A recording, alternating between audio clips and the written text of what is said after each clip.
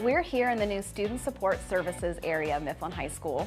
Before, these spaces were scattered throughout the building, and now students and counselors have a private space to access all of those student support services. We're sitting here in one of our 3 new extended learning areas at Mifflin High School. They're all furnished slightly differently to allow a different posture for students and staffs. Some of them are more focused around technology, some of them are more focused around lounge and conversation to allow students and teachers to pick the space that suits their needs for the day. We're standing in one of our completely refreshed classrooms here at Mifflin High School. Throughout, you'll see new flooring, new ceilings, new lighting, our new sound system that allows for an even sound distribution throughout the whole classroom, and furniture that was customized for each teacher to suit their needs. Looking at the refreshed auditorium space, you'll see new seating, new theater curtains, new lighting and sound system to support our next big production here at Mifflin High School. Here in the relocated weight room at Mifflin High School, we have combined the weight room and the health classroom. So you'll see state-of-the-art, new weight equipment combined with flexible furnishings to allow us to use this space for after-school events, as well as after-school weight and strength training. Moving into the art and construction technology spaces, which were both refreshed here, you can see in the art room, we've got completely new seating for 72 students, which supports both of our art classes. We've added a lot of built-in cabinets to support all of those art materials needed to do all of the different studio functions for our high school art students. Looking at our construction technology space, you'll see a brand new dust collection around the perimeter. This will allow us to keep a safe, clean environment to teach our students the critical skills to become part of our modern construction technology world. At this project, we left no stone unturned. As you walk through the building, you will see upgrades throughout. Our hallways have been completely painted, upgrading with new ceilings and new lighting. Our cafeteria space has been refreshed, all new furniture, all new flooring, and all new lighting. Our brand new gymnasium space has been equipped with everything we need for the next big game. We have new bleachers, new basketball hoops, and a completely refinished gymnasium floor. When you walked through Mifflin High School last school year, it was a dark, outdated, uninspiring space for our young learners. When you walk through this year, you'll see a bright, refreshed space that allows our students to dream big and achieve more this school year and many school years to come.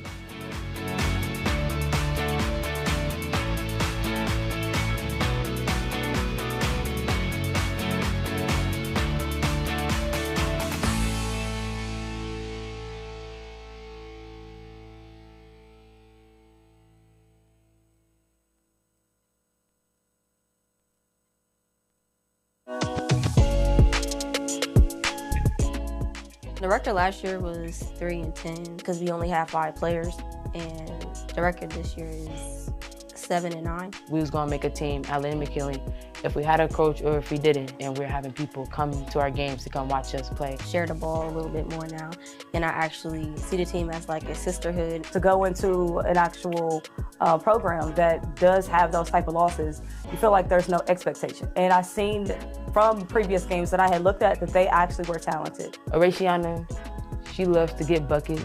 Shy, she's strong with the ball. She'll body anybody. Faith, she brings the energy if we feeling down. Denny is doing real good. I love Denny. I got to play with my sister this year. She's a freshman. Marion Franklin, Christiana Towns, she had 35 points, 25 rebounds, and 10 steals. She averages 18.5 points per game, 9 rebounds, 6 steals per game. Our Mifflin game that we had, Tamaya Harrington, she had 27 points, 5 rebounds, 13 steals. It makes me feel more confident. Start varsity as a freshman and play the whole game and make a lot of points with my teammates and a lot of assists. Changing the culture means a lot to me. It makes me feel real good that people aren't just seeing Linden girls as trash. We here Monday through Saturday, so we really putting in the work, and I'm happy people are actually coming out and seeing us. We aren't just a team that's 3-10. We're an actual high school basketball team. Once I actually did see Darthard and the program that he was actually running, and how he was uplifting and actually caring. Once they actually started to win games and to see their progress and to understand how much I did really care about them outside of just the game itself, it made them want to show up. It made them care. It made them want to actually work together and have a sisterhood to where they loved each other. My brothers are Philip, LB, Chris, and Emmanuel.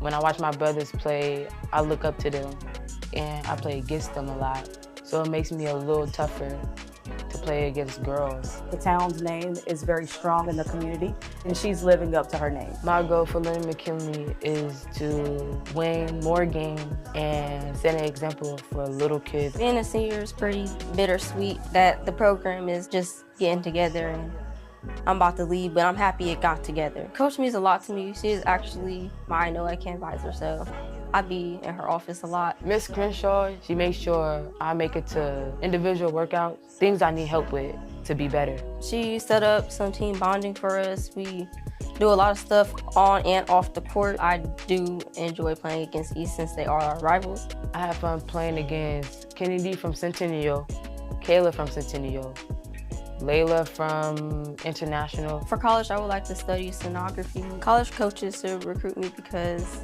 I feel like I'm a good leader, I'm a good listener, and I have good discipline, and I can push myself. She's always going to put 110% into whatever it is that she does. So a lot of the times whenever coaches are looking for that one player, that spark, Tamaya Harrington would be that person. I cannot wait to see the young woman that she is going to become. I just want to do photography and still do basketball.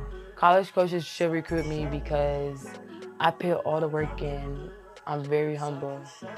I could make buckets, and I like to share the ball and communicate. College coaches should recruit Christiana Towns because of her work ethic, the ability that she has, which is natural, and on top of that, she's very coachable. It's something different whenever you have someone to step on the court that has an athletic ability, that has a game that is different than a lot of players that do play the game, and you can still teach them something.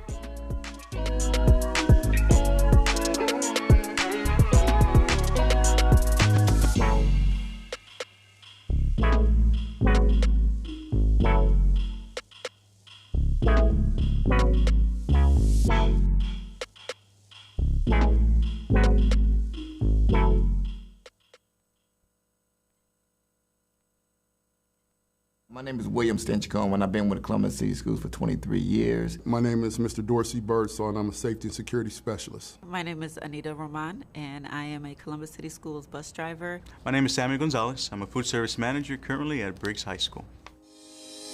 I know that if I'm not there every day and on time, you know, that student may not have a ride to school.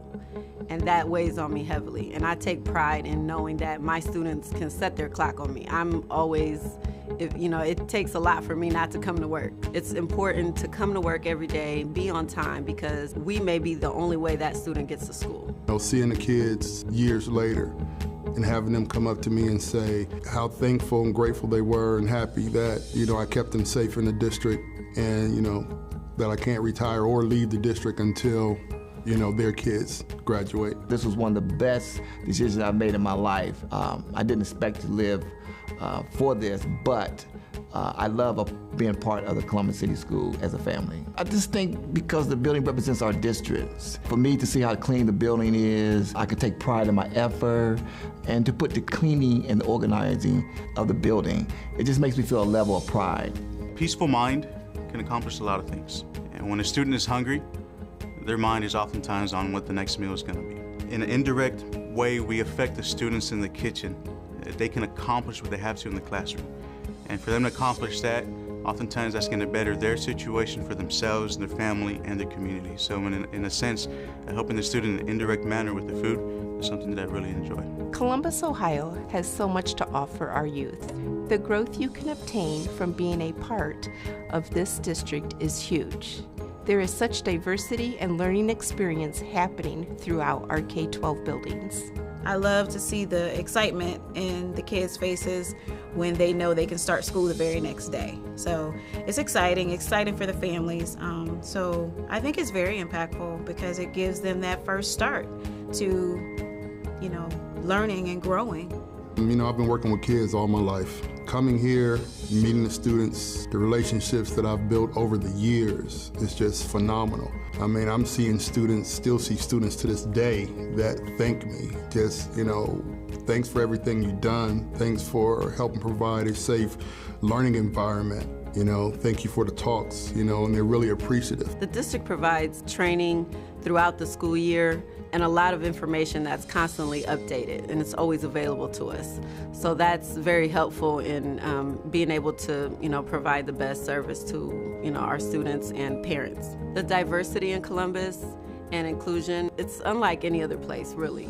There's so many different cultures and you come in contact with just on a daily basis, you know, with our students and parents and teachers. I've really enjoyed the last few years working here at CCS. It's got great benefits, the people have been great, and I wouldn't change it for anything. I've had other job offers, but I've turned them down because I just really like the people and I like working here. Run to your computer and apply online. This is one of the greatest kept secrets in the school district, really. This is a great job. Just apply online, it's easy. We have, our training is excellent, and you know, we'll do everything we can to help you get through, and you won't regret it, I promise.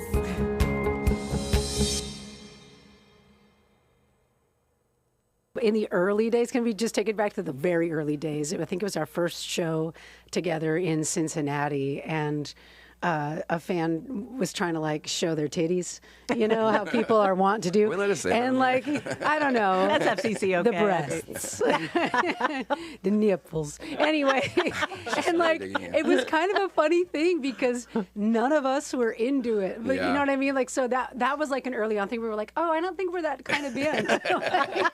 So we kind of were just like, no thanks. And, you know, the shirt went back down and it was like kind of awkward. Yeah. Was there video of that going on? I wish. Yeah, it's grainy probably. Yeah. We'll have to Whoever that source was, it. we apologize for how that made you feel, but also like, you know, It just wasn't. you had to learn. We hope you're happy You and can try. healthy. We can say no. And then on the flip side, some of the highlights and like, you can't believe this just happened kind of Yeah, thing. I mean, I don't know, like. Yeah. Oh yeah. Oh, yeah. Well, it's Tell like us that, it's about all that. that random stuff that you like watch as a kid, and then you're actually doing it. Like we did Dick Clark Rockin' New Year's Eve in Times Square, where we did the Macy's Day Parade, And that was both in the same year, right? Ninja Turtles. Yeah, and so it's like just bizarre stuff like that. I mean, playing. Yeah, I mean, playing MTV World Stage in Malaysia was our first like big international show. That was like we had a police escort to the show, and like there were thousands of people.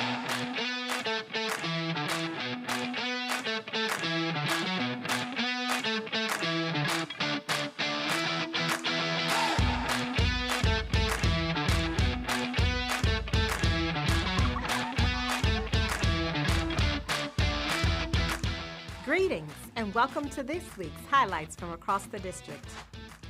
Thursday, September 4th, marked a milestone moment as we welcomed our pre-K students to Columbus City Schools for their very first day of school.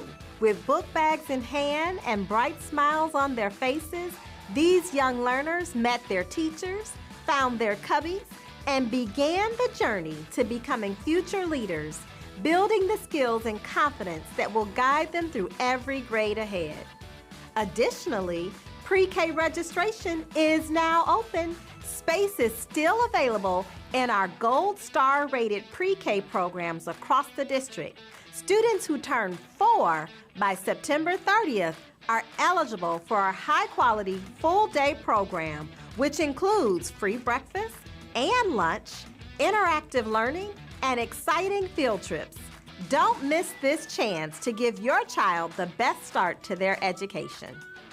September 4th also brought more than 100 high school students to Fort Hays Career Center for a look into our career technical education programs in media production. Students rotated through hands-on sessions in music, video, photography, and audio engineering, testing soundboards, framing shots behind the camera, and even stepping into real studios, all designed to spark creativity and connect classroom learning to future careers.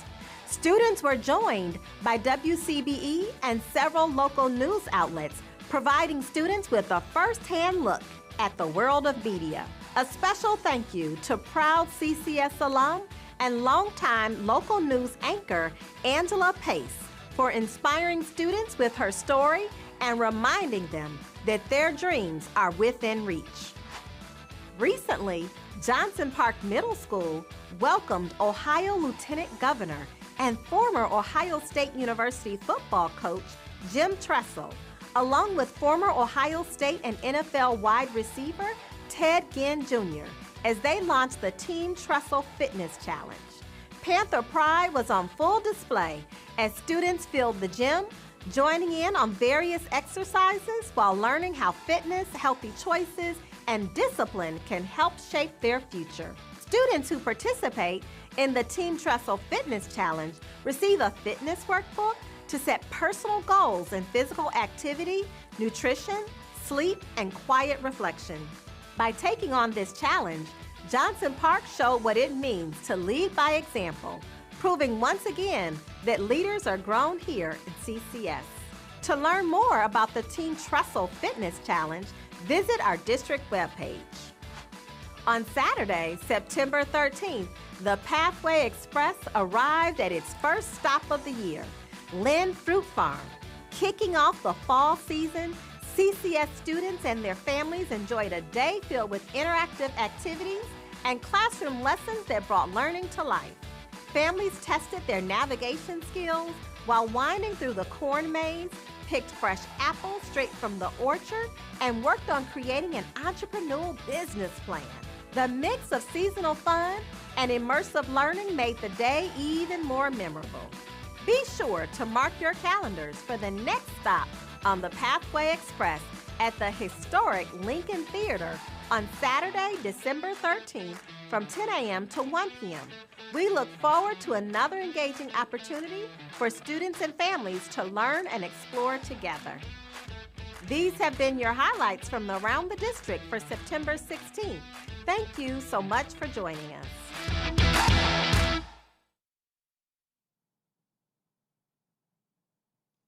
Good early evening, everyone. Today is Tuesday, September 16th, and welcome to our regular board business meeting. Mr. Treasurer, call the roll. Ms. Ingalls. Here. Dr. Pierce is online. Ms. Reyes. Here. Mr. Simmons. Present. Ms. Vera. Here. Vice President Adair. Present. President Cole. I am here. Let's rise for the pledge, everyone.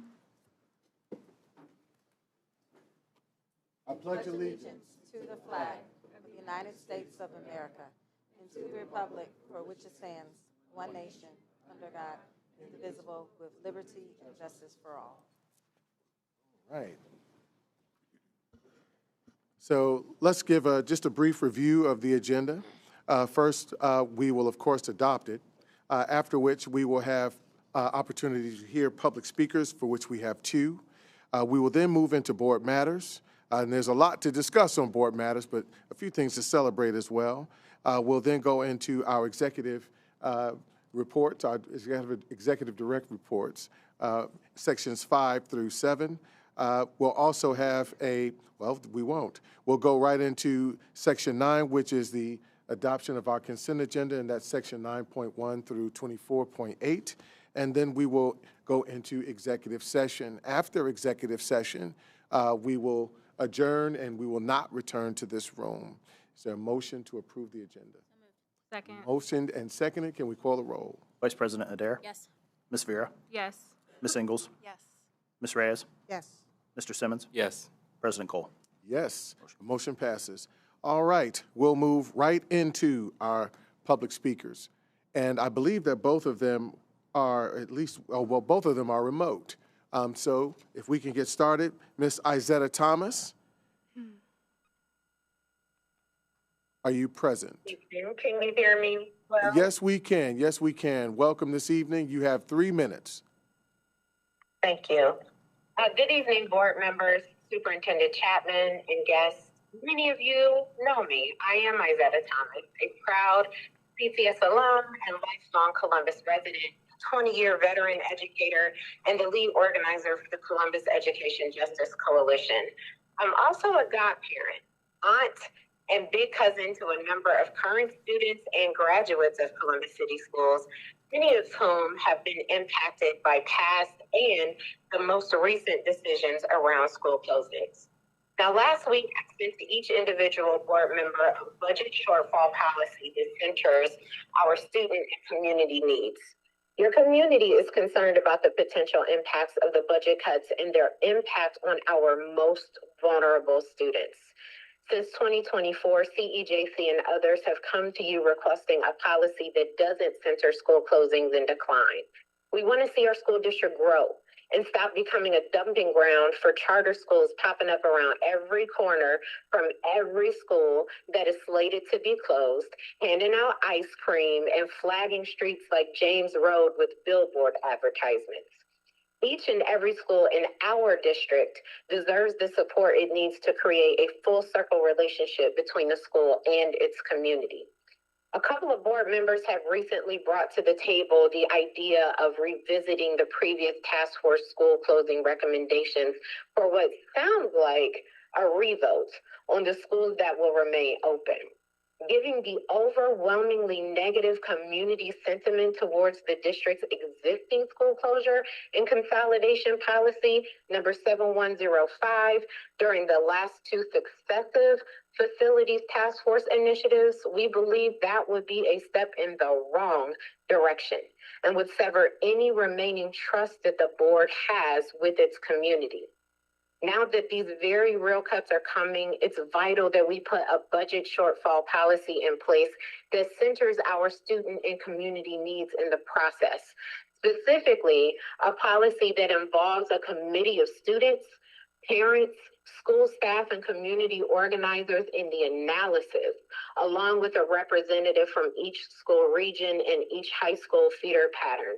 One that prohibits anyone involved in charter or private schools, as well as developers, from being on any committee involved in school closure analysis, recommendations, and decisions. And one that includes an actual robust analysis of the costs and savings that would result from each proposed school closure, as well as carefully considering a plan to minimize the well-researched harmful impact of school closures. An amendment or replacement to the current policy is long overdue. We want to work with the board, a board that is community conscious, takes action to truly collaborate with the community, and works to grow our schools. Please consider adopting this policy in place of the current school closure policy to help us get to that dream and the dream of a district where leaders have room to grow. Thank you so much, Ms. Thomas. All right, our next speaker is Ms. Marion Lupo. I'm here. All right, welcome, welcome. You have 3 minutes to speak. She's still talking. Yes. Thomas. All right, our next speaker is Ms. Marion Lupo. All right, welcome. Go ahead. Oh, thank you. Thank you. Can you hear me? We can hear you now. Oh, great. Hello, Columbus Public School Board and Dr. Chapman. Thank you for giving me this opportunity to speak.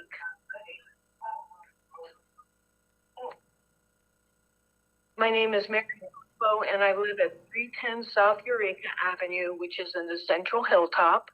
I am a former educator.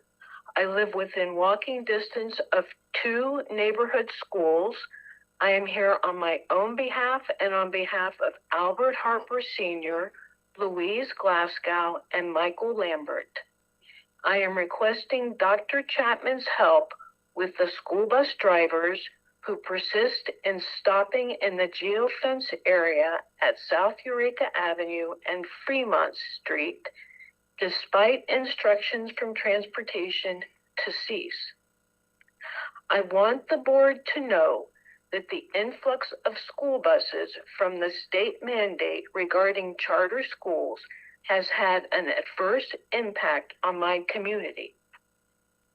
Of the neighbors I represent this evening, 3 suffer from chronic health conditions that are adversely and directly affected by the blaring warning systems and commotion of the school buses. This includes 1 neighbor who has a heart condition and is on oxygen, and another who is a type 1 diabetic who cannot hear his own glucose monitor over the buses or the headphones he wears to drown out the buses. And as you probably know, these monitors are to prevent coma or death. Not nearly as important, my Toyota Corolla was also hit by the influx of the buses in the geofence area. Finally, and on a different point, I want to give my support to the proposal to give high school students CODA bus passes. I took the CODA bus myself to high school here in Columbus many years ago. It taught me to take responsibility for my own education and the ease of public transportation.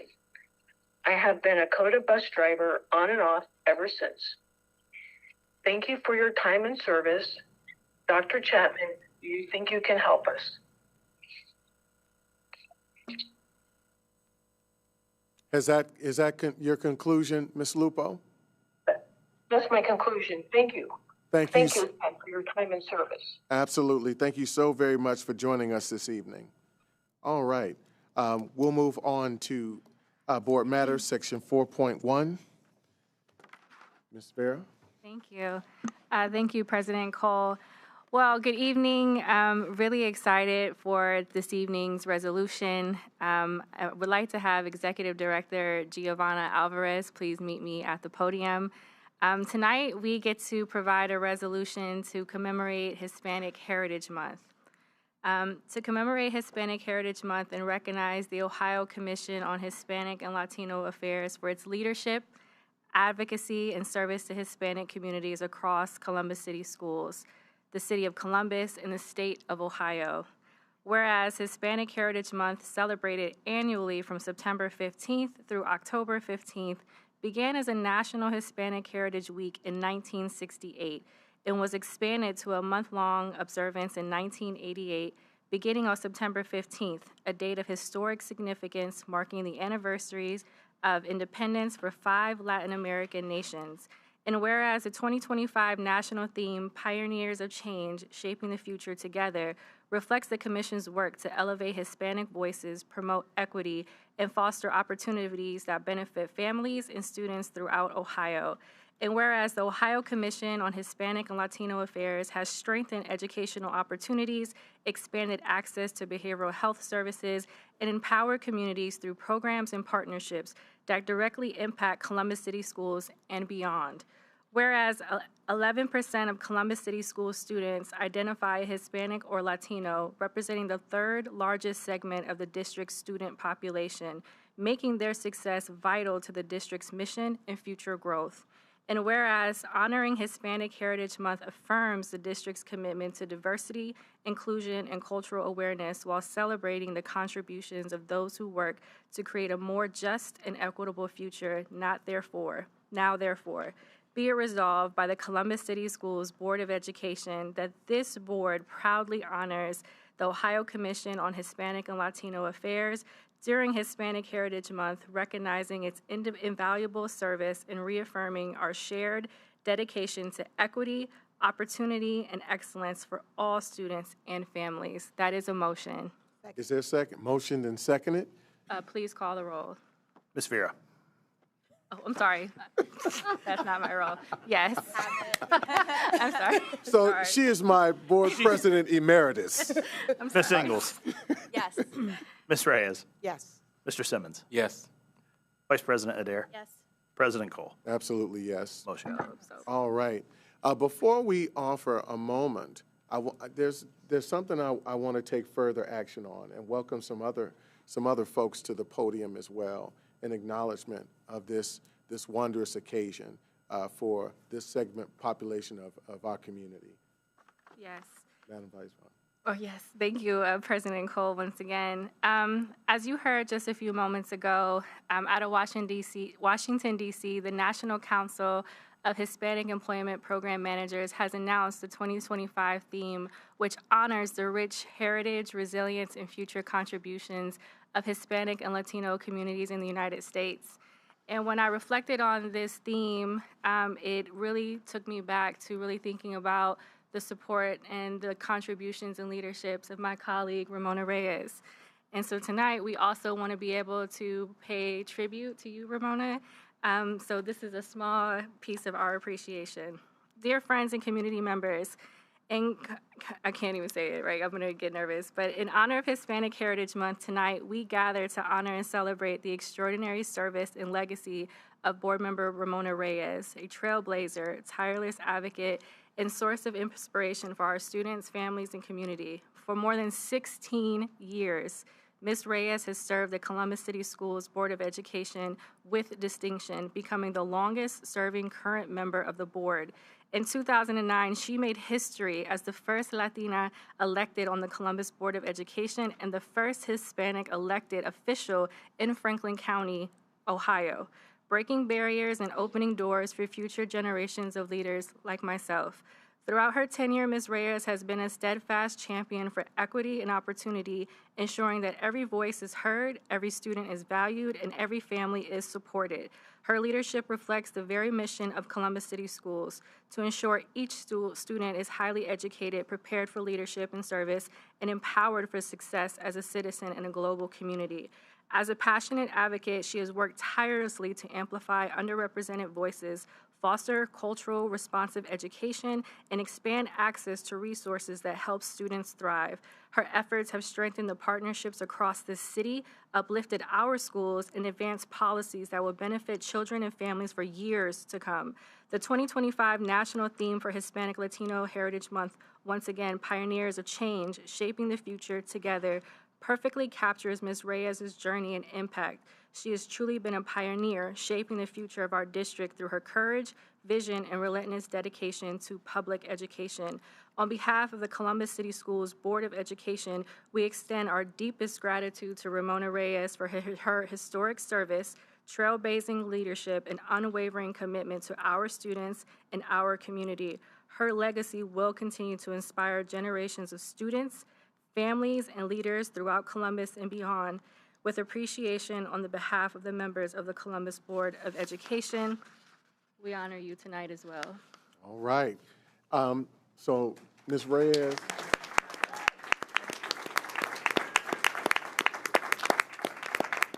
Now, before we get started, there's still yet one more acknowledgement.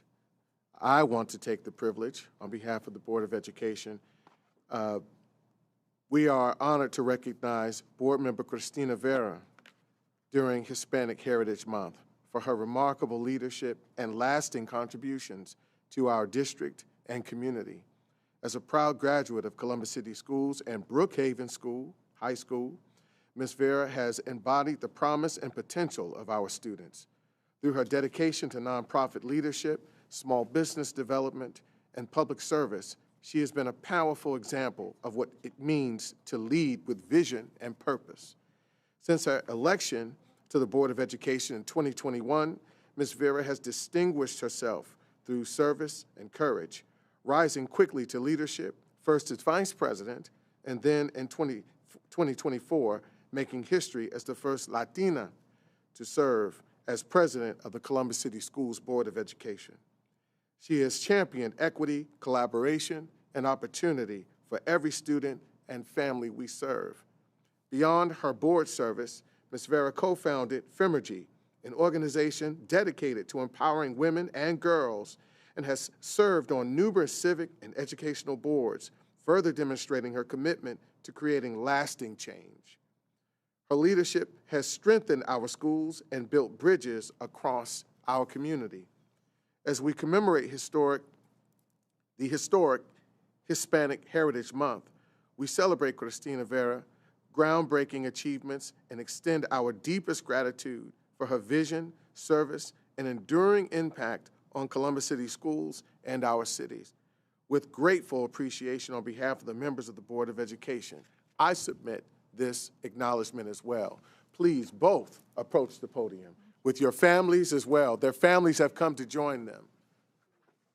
What I will do is open the podium for our first set of remarks, and then I will certainly allow any designee that wanted to say something on behalf of board members Reyes and Vera to offer a kind word.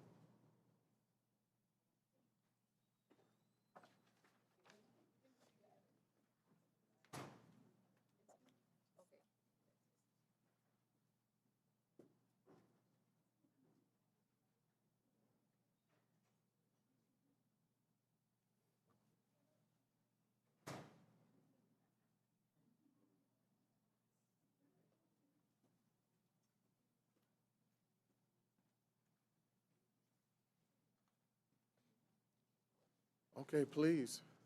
Good afternoon, distinguished members of the Columbus City School Board. Thank you so much for this recognition, this resolution for the Ohio Latino Affairs Commission.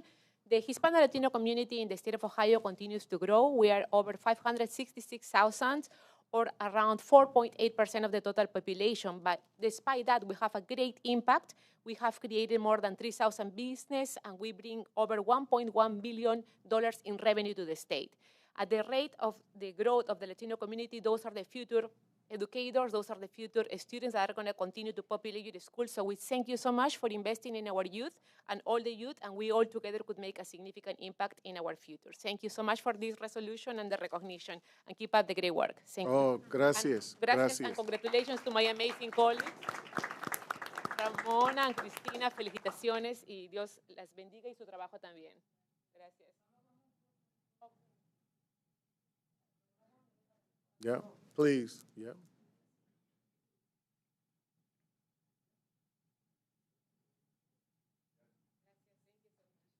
All right.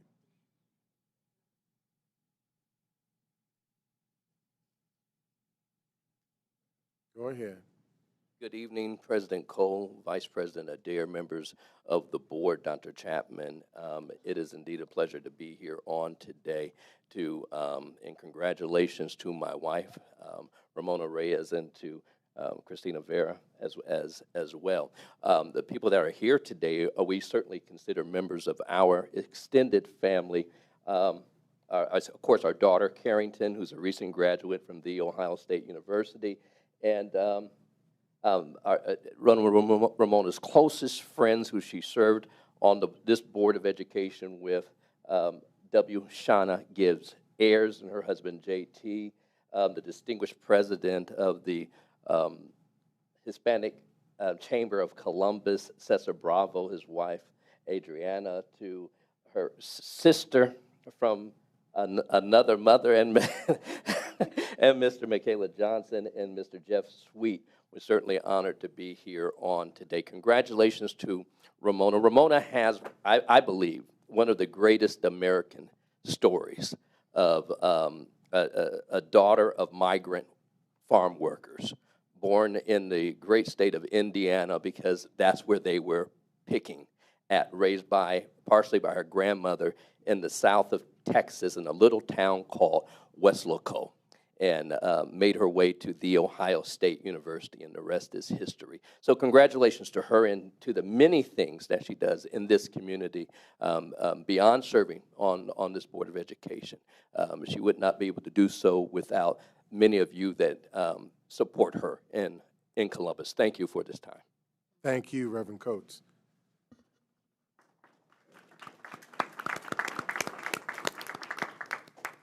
Good evening, board. Thank you so much. I'm Christina Vera's mother.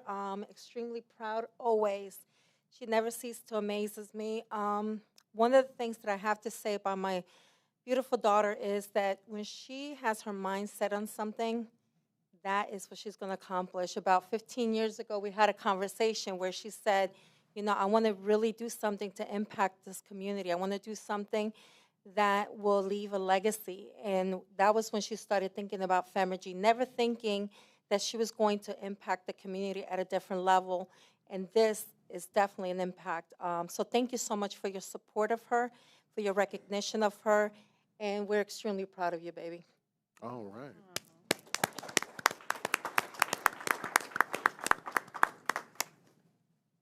Mrs. Ayers. Good evening. Good evening, President Cole, members of the board, Treasurer, Turner Auditor, Superintendent Chapman, all of those gathered here. My first time back. Welcome. Because of these two. All right. If anyone would bring me back to a podium to applaud their courage, their confidence, their character, and their contributions to not only this district, but to our community as well, it would be Ramona Reyes and Miss Christina Vera, both who I've known for a very long time.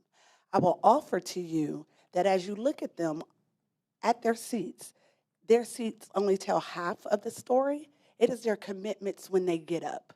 It's what they do not just here on behalf of everyone, but what they do in the community as boards members, to be in the governance role of the largest school district in the state of Ohio, knowing what's going on everywhere in the state and in this nation.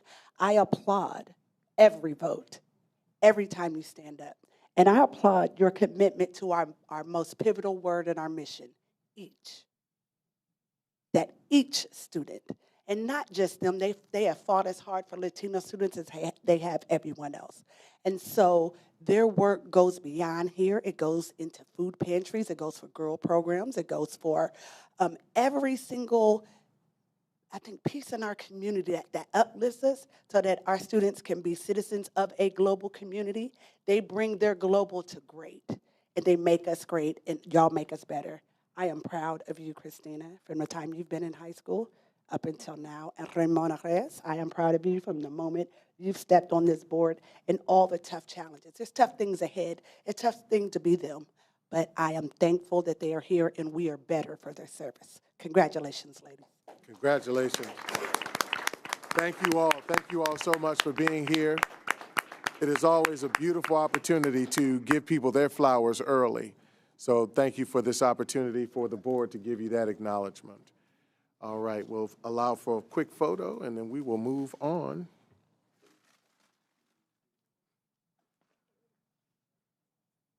All right.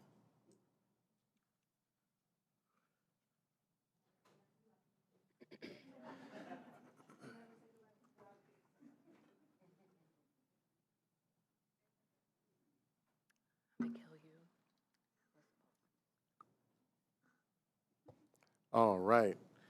Okay, as Board Member Reyes makes her seat, Dr. Chapman will get started with our second part of our agenda, which is the, in Board Matters, which is Board Monitoring Goal 3 for closing opportunity gaps. Thank Yes. you and welcome. Good evening, President Cole, Vice President Adair, board members, staff, and community members. Tonight, I'm very excited that our team will be bringing forth a monitoring report on our matriculation goal and updates on the state report card during the superintendent report. But first, I would like to provide some highlights. Dr. Brown will be presenting details tonight on the state report cards, and I want to share a few highlights because these highlights lead as a perfect segue into our conversation tonight about our board monitoring goal. We have an overall 2-star ranking again, but that does not tell the whole story of our progress. CCS has dozens of high-performing schools, and that is a fact to be celebrated. This year's report cards rate Columbus Alternative High School as a 4.5-star school, 5 other schools are rated as 4 stars, and 10 schools are rated as 3.5 stars, and 25 schools are rated as 3 stars. Each star represents the progress of our students and staff and the belief they can learn and grow as leaders. While we celebrate this achievement, we are not going to stop working hard to improve the entire system by giving every student the services and supports they need to improve. I want to be clear. Whether you look at the state report card or our board goals, which we will look at this evening, we are making measurable progress in several areas of the report card. Mathematics, workforce career readiness, the performance index, our graduation rate, and we are keeping more students in school by focusing on attendance and decreasing chronic absenteeism. We still have more work to do, especially in literacy. We are committed to continuous improvement and have made significant investments to support continued growth. I'm especially proud to see us rank so well in the new college career, workforce, and military readiness section of the new report card. This section is new, and you will hear a lot of details later about this section, but it shows that we are actually one of the best school districts in Central Ohio and getting our students ready for jobs and college, which is a point of pride for all of us. I would also like to provide a quick update on a new initiative connected to the monitoring report. In Columbus City Schools, we know what's possible when you remove educational barriers for students and families. 3 years ago, CCS partnered with Mayor Ginther, City Council President Shannon Hardin, Columbus State Community College President Dave Harrison, I Know I Can CEO Katina Fullen, and so many others to launch Columbus Promise. That program said to our graduates, college is within your reach. The results have been inspiring. Before the Columbus Promise, about 313 of our grads enrolled at Columbus State each year. Today, that number has more than doubled, with more than 850 students enrolling in 2024. 1 in 3 of our graduates is now a Promise Scholar. Our college going rate has risen from 32% in 2020 to 50% in 2023, and our students are persisting in greater numbers with term-to-term success, climbing from 65% before the Columbus Promise to 80% today. And the impact goes deeper. Nearly 80% of those Promise Scholars are Pell eligible. More than 60% identify as Black or Latino, and many are the first in their families to attend college. The Columbus Promise is proving that when we invest in our students, they rise to the challenge. The Promise is about access, economic mobility, and workforce development. Columbus is experiencing unprecedented job growth, and the Promise ensures that local students are prepared to meet the demand. Yesterday, I stood with Lieutenant Governor Jim Tressel, Columbus State Community College President Harrison, and The Ohio State University President Carter to announce the Buckeye Bridge for our eligible Columbus Promise Scholars. The pathway doesn't stop at an associate's degree. Now, thanks to this partnership between Columbus State and The Ohio State University, students can now earn a bachelor's degree tuition-free. That is life-changing for our students, families, and our entire Columbus community. In Columbus City Schools, we say leaders are grown here, and the Buckeye Bridge proves this. With every barrier we remove and every door we open, we are preparing the next generation of leaders for Columbus and beyond. I am proud that CCS is helping to lay the foundation for this next chapter for all of our scholars, and I'm deeply grateful to our partners for believing in our students and investing in their futures. Together, we are proving that in Central Ohio's greatest strength is its young people, and when we stand with them, we all win. Now we're going to transition into our board monitoring report on matriculation. This report focuses on the targeted growth we have made on our graduation goals, including updates on our graduation rate. During this presentation, we are going to provide you with an update on graduation progress over time and new graduation requirements that began in 2023. You will hear me a couple of times during this report point out that the gains that we see this year will not actually show up on this year's state report card due to the way the Ohio Department of Education and Workforce criteria is set. Graduation is always reported 1 year in arrears. Before we get started on this month's monitoring report, I want to take a few minutes to remind everyone about the student outcomes focused governance model that we use as the framework for monitoring board goals, since this is our first monitoring report for the new school year. We are using a process that prioritizes a focus on student outcomes above all else. This student outcomes focused governance framework, developed and facilitated by our partners at the Council of Great City Schools, centers the work of the Board of Education on the vision and values expressed by our community of what we want our students to know and be able to do. The goals give my administration specific targets for achievement in 3 key areas: early literacy, math, and graduation. The goals call for percentage increases to be met over a 5-year period. Simply put, the goal of monitoring is to review whether student outcome goals and guardrails are being met. The report provides evidence of progress toward our goals and guardrails. Each monitoring report will name the goal or guardrail being monitored, a graph showing how we have performed during the last 3 reporting periods, and our current performance compared to the annual goal and end goal. During the monitoring session, I'll provide my evaluation of whether we are on track or off track for meeting our goals, as well as the plan for any needed next steps. Each report will be approximately 3, but no more than 5 pages, as the purpose of this report is to help the board understand the current reality of our students, for our students, compared to the vision and values of our community and the goals we have adopted. Board members can expect to receive the data 2 weeks prior to the board meeting and have time to pose questions in advance of the monitoring session. If our students are meeting or exceeding the goal and we are on track, We'll continue implementing the current strategies. This is what you will hear tonight. We met our goal for graduation. If our students are not meeting or exceeding the goal, we are off track, and we will have robust conversation to determine the root cause for being off track and the steps we'll take to get on track. During board monitoring sessions, it's about understanding current student outcomes related to our goals. During this time, the community will see board members focus on what is true for students, asking questions such as, what students are the data showing are moving or not moving? What else do we need to know about this data? Why is the strategy working in this area? And how can the board help? At the end of the monitoring session, the board will vote to accept or not to accept the report. And this is our board monitoring calendar for this school year. As you can see, this calendar will support the board in meeting the student outcomes-focused governance expectation that at least 50% of board meetings are spent monitoring student outcomes. Each month, we will report on one of our goals or guardrails. The calendar of topics is driven largely by when data for that topic is available during the year. To the extent that we can make learning visible in our monitoring presentations, we will send the signal to our students, teachers, staff, and community that by focusing on continuous improvement and learning as an organization, our student outcomes will improve. Thank you for the opportunity to provide this overview to level set on our monitoring report before we begin. And now I would like to discuss the requirements our students must meet in order to graduate, including the differences between the graduation requirements and those of the state of Ohio. The requirements for graduation in Ohio changed 3 years ago.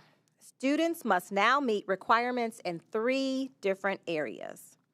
First, students must cover the basics. They must earn 22 credits and take the end-of-course tests in algebra, geometry, English 2, biology, American history, and American government to graduate from Columbus City Schools.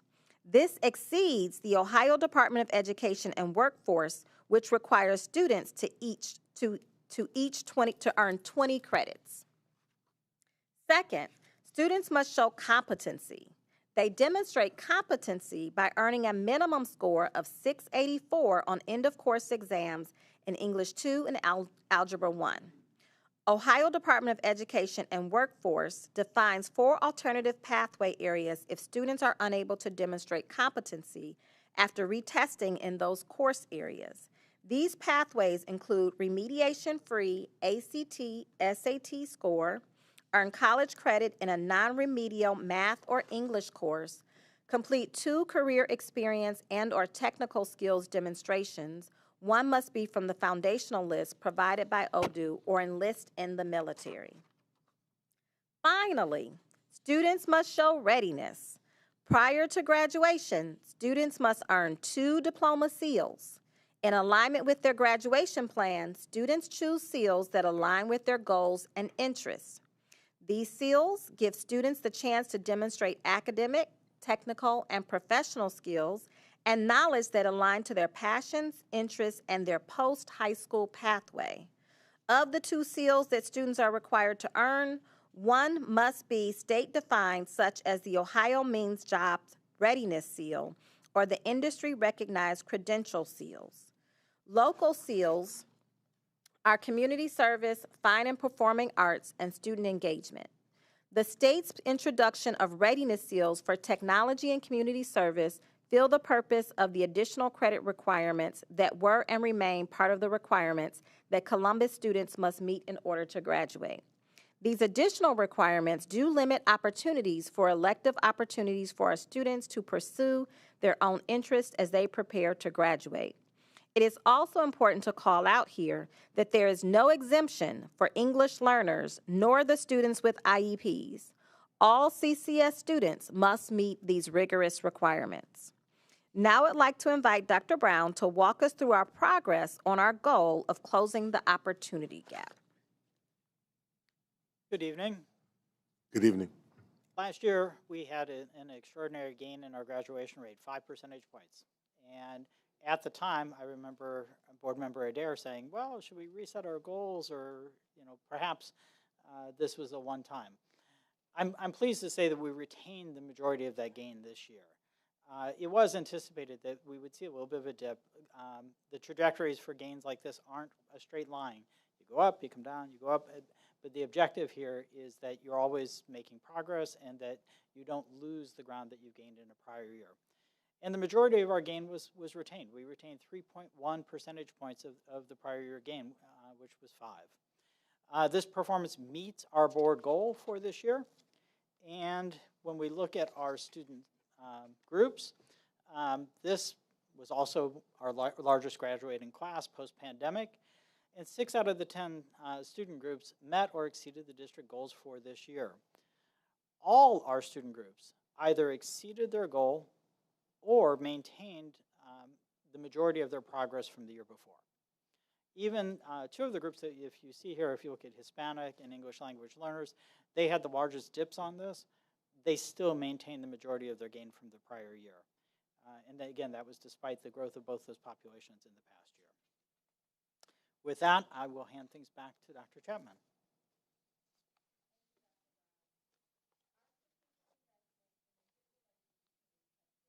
Off this year. The heart of this work has been the regular matriculation team meetings, which provide a structured, consistent way for staff to collaborate and share information. With an early warning indicator system now in place, our teams are able to flag at-risk students earlier and intervene more quickly, ensuring supports are in place before small challenges grow into big barriers. Some of you even had a chance to attend a matriculation meeting, whether it was this year, last year, or the year before, and talk with school staff and certainly identify and respond to specific student learning challenges.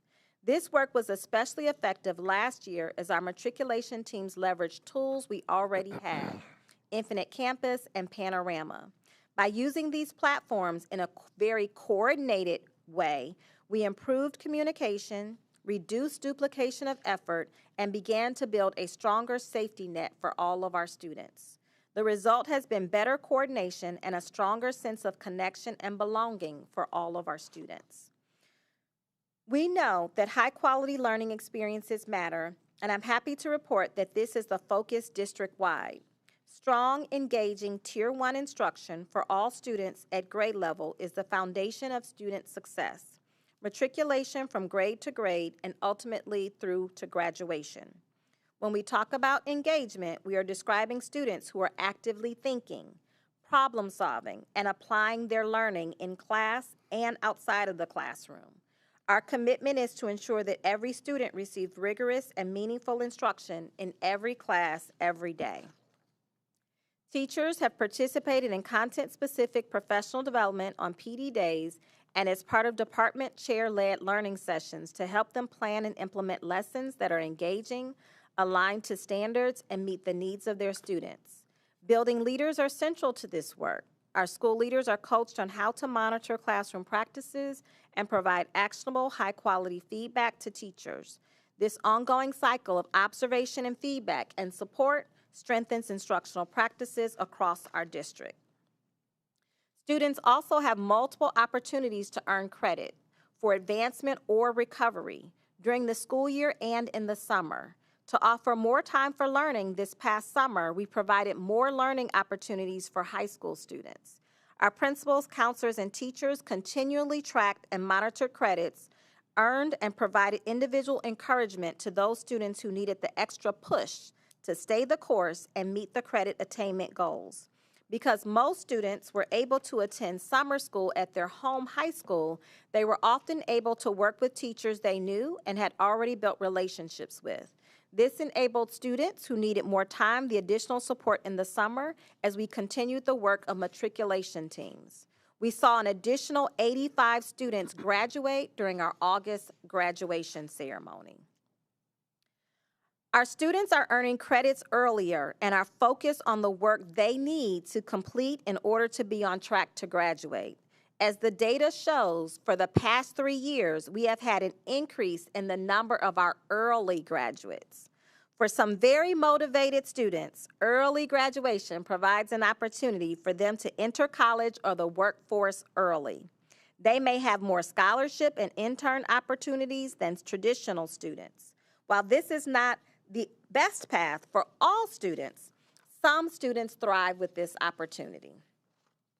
For our schools to continue moving forward, it's critical that we maintain our systems of support, especially those that are essential for student success and for maintaining supportive school environments.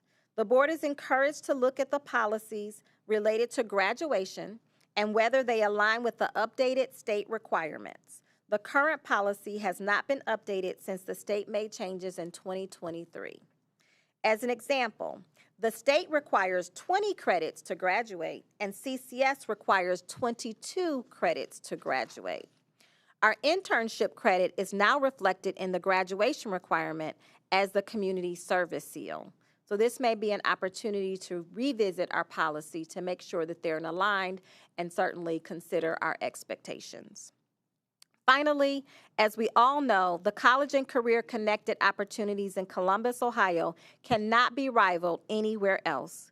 We want to ensure that our students have every opportunity to be the candidate of choice, whether that is in pursuit of a traditional college degree, entering the workforce, opening their own business, or joining the military.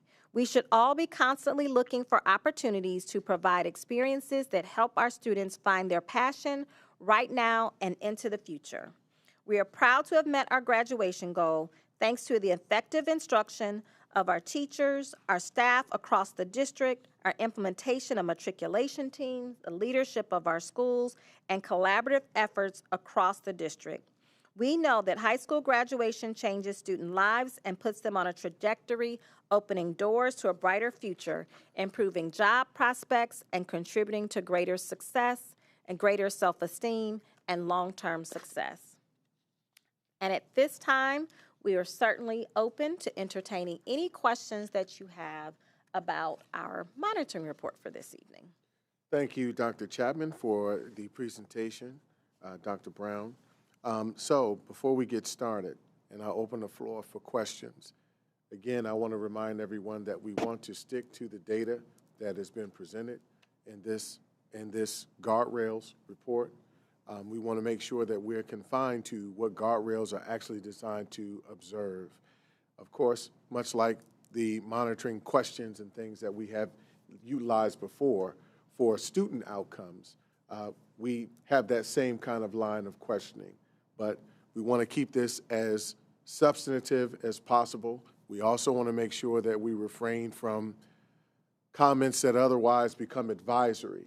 We want to stay close and near to asking the questions of substance that are directly aligned to this report and what it is you wanted to see an outcome or not. So we can get started. Anyone have questions? Madam Vice President. First, I have a question, and it's already the same question that you know that I'm going to ask about the trend here. So, like we talked about last time, and you addressed me straight out in the presentation. Now we're on a downward trend. Was there something different in the strategy that we used between last year and this year? I mean, I'm hearing the same strategies were being implemented, matriculation teams, which, are amazing, like got to see those. Was there something different in that strategy that caused that decrease? And then are we changing anything about that strategy to make sure that we kind of swing back up? Because while technically at this moment in time, we're already meeting the 2026. If we're on a downward trajectory, we are not going to hit it. So we did have a dip this year, and again, I think that was anticipated, 81.4, and again, that exceeds this year and exceeds next year's as well. That isn't a trend yet. That's just one point. And actually, the trend is upward right now. I'm not aware of any change in practices that would necessarily explain this. There are cohort differences. There are things that happen. We have had a large growth in English language learners over time, and that comes with some unique challenges, particularly when students come to us with limited English skills. It takes approximately 5 to 7 years to acquire academic English. So if somebody comes in a secondary setting, the deck's stacked against them. And as the superintendent pointed out, there's no adjustment to the requirements for graduation for students who who come to us perhaps with no English skills at all. And then we've gone from about 18% of the population to about 23% of the population being English language learners at this point in time. If I were looking for one bit of variance that has occurred in our data over the last couple of years, that's it, the uptick in that. And honestly, that will vary by cohort of kids that come in, because some kids will come in with prior educational experiences in the country they're coming from, and maybe even prior exposure and language skills in English. But for those who don't, it is an uphill climb. And again, other states have advocated in this space to extend the window for kids to be able to graduate and allow them to acquire the English and meet the graduation requirements over a longer window of time based on that language requirement. Just to make sure I understand what you're saying, you think one of the reasons why we are seeing this downward is because this cohort had more English language learners? It's the one bit of variance that I can see that might explain that difference, is that we've had a large influx of English language learners, and those who come in a secondary setting have quite a challenge to meet the requirements for graduation. I have an inappropriate technical question, but I think I never thought about it till sitting here when we were talking about early graduation. Do those students remain in their initial cohort, or do Yes. they, okay. That's not an inappropriate question. They count for the cohort. They're part of their original cohort.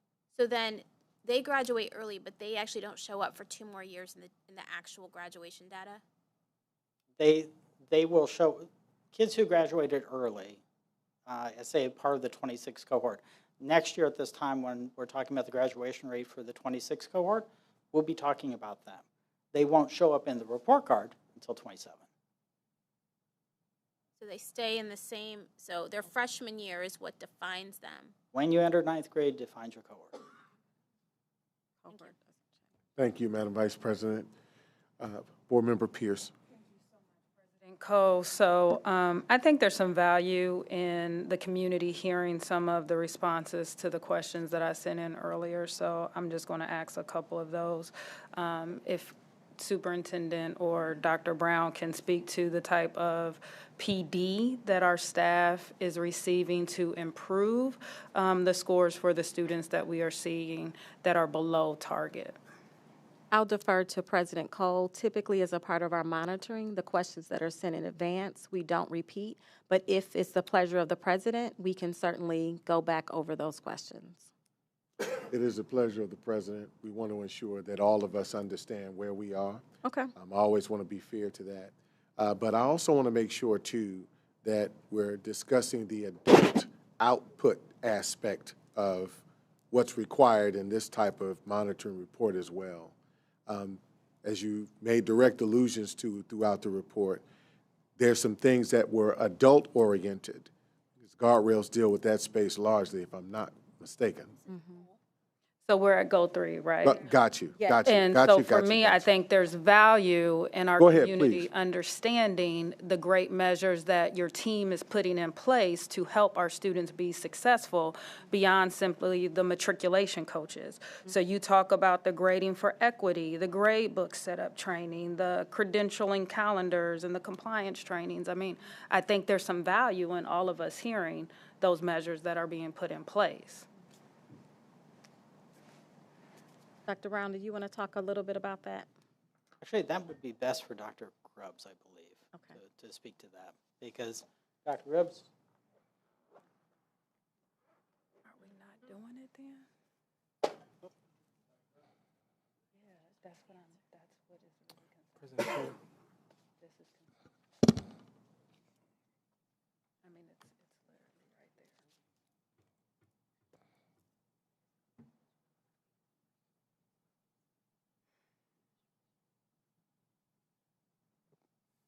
Good evening. Good evening. President, board members, and Superintendent Chaplain. I was looking at the questions that was posed. The first question that was raised was, which staff have been trained or being trained to improve the outcomes of our student communities that have not met the target goal? The response to that question that was provided to the board Is staff receiving training to improve outcomes for student communities that have not yet met target goals include matriculation specialists who are engaged in new and refresher training to ensure consistent, equity-driven practices, our department chairs who are participating in grading for equity and grading setup training to promote fairness and assessments, principals and building leaders who are trained on credentialing, lead lists, and monitoring systems to strengthen accountability, and APEX coordinators who receive onboarding and training to manage credit recovery and acceleration pathways.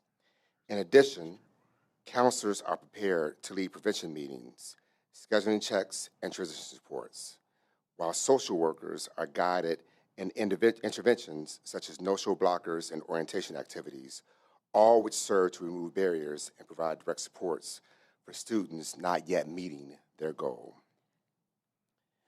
Thank you so much for that, Dr. Grubbs. I was interested in question 2, if you could share what you all shared for question number 2. Copy. Yes. Thank you. The second question that was shared is what type of PD has or will the staff receive to improve the outcomes of our student communities that have not yet met the targeted goal? The professional development PD for staff focuses on training, development, and equity practices designed to directly impact student communities not meeting target goals. Staff have received or will receive new and refresher training for matriculation specialists to ensure consistent equity-driven supports for at-risk students, grading for equity and gradebook setup training for department chairs and teachers, credentialing, calendar, and compliance training for principals and building leaders to strengthen monitoring, report, and accountability systems, APEX coordinator training and onboarding to manage our credit recovery and acceleration programs, expanding pathways for students behind in credits, counselor PD and guided practices, including prevention meetings, graduation plan reviews, and scheduling equity checks to identify and intervene early with struggling students. And then social worker preparation and structured interventions such as no-show blocker and Tier 2 and Tier 3 caseload updates, reinforcing support for our disengaged students. So then my last question builds on the question of Board Member Adair. As we look at these trends and we're seeing the percentage of our students that are not meeting target, but we have these great resources and tools that we're putting in place to kind of counter that, is there one or two that our board should really be focused on supporting you all to uplift that work? One or two strategies that the board should be supporting? Yeah, like as we start to think about what should we really be focusing on as the North Star that's going to help you all really get that trend upward, to get those student populations and communities that are not on target. Is there one or two, or should we just be focusing on all of these as a board? So the board doesn't focus on the strategies. That would be management's responsibility. We focus on the strategies as a part of our district leadership, our DLT work. And so the board focuses on the goal. Again, as a part of the monitoring report, when we're presenting a board monitoring session and we have a goal where we've met the goal, the board, we're not really having dialogue about the strategies in terms of mid-course corrections. So our supports and our asks from the board are on the last slide, and I will review those for you if it would be helpful. On the last slide, there were 3 areas that we wanted the board to support us with, which is maintaining systems of support. That is resource allocation, certainly in the board's purview, which is funding. Policy is number 2, which is certainly in the board's purview, which is about the alignment between our board policy and the new state requirements for graduation, and continuing to connect students with workforce opportunities. So thinking about how we create partnerships with community organizations that provide those career-connected learning opportunities for our students. So in terms of support, that's the support that we need from the board. So let me ask the question differently. Yes. understanding that you all are working on the strategies, and you gave us the 3 very general. As we look at these ones that you list, is there 2 or 3 that fall within the 3 categories, monitoring support, for example? You know, board, I really need to make sure that you all are protecting the resources and the dollars that we're going to spend on the APEX coordinator training and onboarding. Can you give us a little bit more? No, at this time, there are not any specific instructional strategies that we have named that we provide professional development to our teachers and our staff. We have not named any of those strategies related to professional development that are at risk, that need immediate attention from the board in this moment. And just because, and thank you for that, Dr. Chapman, because your responses to the questions in terms of the delineation between what is management and administrative versus what is board focus is actually quite on point. So I thank you for that. I appreciate your questions, Dr. Pierce, but at this point in time, let's get back on track with the information that we actually have. I just want to remind folks that effective monitoring questions are questions about strategic issues rather than technical or tactical issues. Remember, let's focus on where that space actually is. Does the question reference special metrics data that has been provided in this report, that has been provided as per the request? Is the question open-ended? So again, we want to make sure that this is not necessarily just some sort of open-ended question. We want to try and leverage as much of use of the data and how we direct questions as possible. And then, is the question focused on current performance, past actions, rather than future performance or future actions? So again, I just want to give and I know this is a work in progress, so please, this is not some sort of indicting opportunity on my part. I just want to keep us on track to make sure we're asking the best questions possible and then giving further directions after this about what it is we'd like to see moving forward. Are there any additional questions? Yes, sir, Mr. Simmons.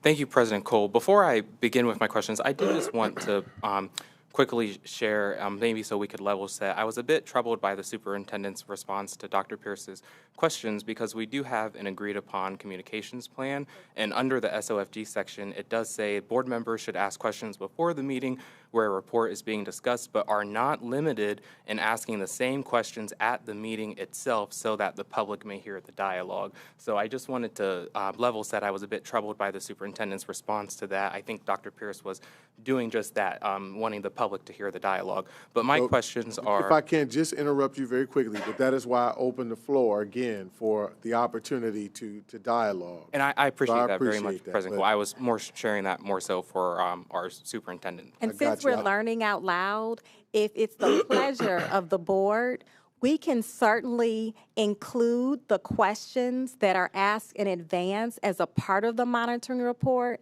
so that we can have that information readily available so we can continue to have a robust dialogue. We appreciate the board members who send in the questions in advance and provide that feedback, and we can certainly repeat it back at the board table as a part of the monitoring session if that is the pleasure of the board. That hasn't been the previous format of the monitoring report, so if there's a request to modify the format, please let us know and we'll be happy to accommodate that request. President Cole, President Chair, Cole, can I ask you a question? Hold on just a moment. Yes, you may, but hold on just a moment. As we move forward in the future, I think as fully transparent as we can make this dialogue in a way that helps guide us to ask the right questions, develop the right response. Yep. I think that would be We can very... print them for everyone, have a copy, as well as this. I thank you. President Hold Cole, on. Can I just ask a quick question? Hold on just a moment. Let me acknowledge. You have a further comment, Dr. No, Chapman? I said we can make sure that everyone has a copy of them, print them, as well as include them in the report. I thank you. Yep. I will allow the floor for one question One from you, question and to then you, we're going to get President back to Cole. Board Member Simmons. Help me, am I thinking about this correct? What I'm feeling is that this report is a bit of a challenge for our board because the superintendent and the team have met the goal, right?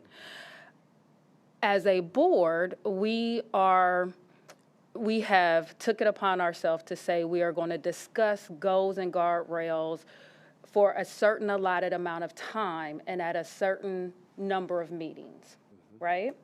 And so I think this is a growth opportunity for us as a board and as a team because we've met the goal. But I think the questions that are being posed by our board members are valid. Are they not valid?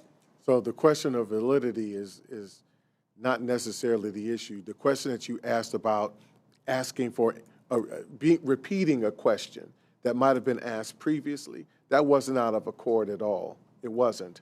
I think what we want to do, because the format works a certain way with these monitoring reports and the relationship between the board and the superintendent, the way that this works is that we're asking questions that are germane to the report itself, that they're effective in the way that they're targeted and worded, and at the same time, we're trying to make sure that we get everything we need to establish an idea of whether we're going to accept this report or not. So at the end of the day, what we want to do is stay focused on that line of business. Your question, but I would say that the was questions worded. that I posed were valid when they were posed in advance. They're valid being posed here at the board Dr. table. Chapman. What the Dr. issue Dr. is, Pierce, you didn't hear me question at all or disqualify what you asked. You didn't hear me say that. it So- felt like it a little bit. That's why I'm clarifying. Feelings and facts That's are why two I'm different things. That's why I'm clarifying. Feelings and facts are different. Your But word choice now we've did made not that confirm that. distinguishment. Now we've distinguished between feelings and facts. I want to respectfully move to Mr. Simmons, and we'll continue on. Thank you, then. I have two questions for the superintendent that I did not ask in advance. My first question is, what is the current obstacle to graduation? So if we remove those two requirements, we talk a lot about attendance, maybe not tonight, but in the past you've spoken a lot about that. So if we did remove those two requirements, which it seems one is kind of maybe more of a double requirement with the seal, but if we did remove those, would we see a noticeable increase in the graduation rate, or is the obstacle more the ability, and just think about my own experience as a student in our district, is the obstacle more the ability to obtain the credits moving from 9th to 10th to 11th grade as to matriculate, I guess you could say. And then my second question, I will just pose it now, that way you can answer both. You mentioned there was, I will go back to the slide here on my computer. You mentioned VCAP, and I just had a question. If you were of the opinion that the VCAP courses are rigorous enough for our students, are they getting the right, they're obtaining credit, but again, thinking about my experience as a student, I completed some VCAP courses very quickly, and I'm just concerned that, those might not be rigorous for our kids, so I'd love to get your opinion on that. Second question about VCAP rigor. First question, what is the current obstacle to graduation, and if we did remove those two requirements, would we see a noticeable increase? Thank you, Board Member Simmons, for those two questions. We'll start with the first one, which is a big question. And it's a heavy one. So when we think about the barriers to graduation and why students do not matriculate, we can start as early as pre-K to look at when and how students get off track. So when our students, we know that when our students are engaged and participate in high-quality pre-K, they are now set up for success to begin their K-12 experience. Students who have a high-quality experience as early as pre-K are more likely to be on track to graduate from high school. Same correlations and data can be made in third grade.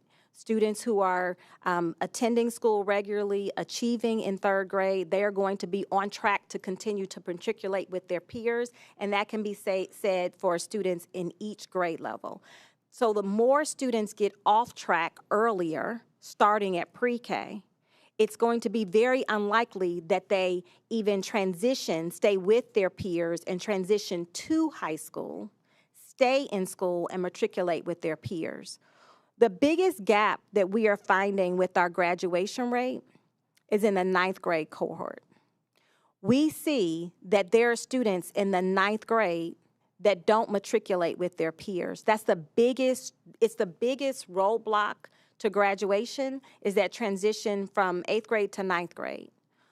So our biggest challenge is making sure that we keep students engaged in 9th grade, we keep them on track, and they stay and can matriculate. And so when we think about some of those barriers, yes, it's credit attainment. If our students stay in school, they're going to be engaged, they're going to earn credits. but it's the students who are not in school. It's the students who don't stay in school. And that drop usually happens in ninth grade. Dr. Brown talked a lot about so we were seeing an increase. This is the largest cohort. We saw an increase in students who were ESL.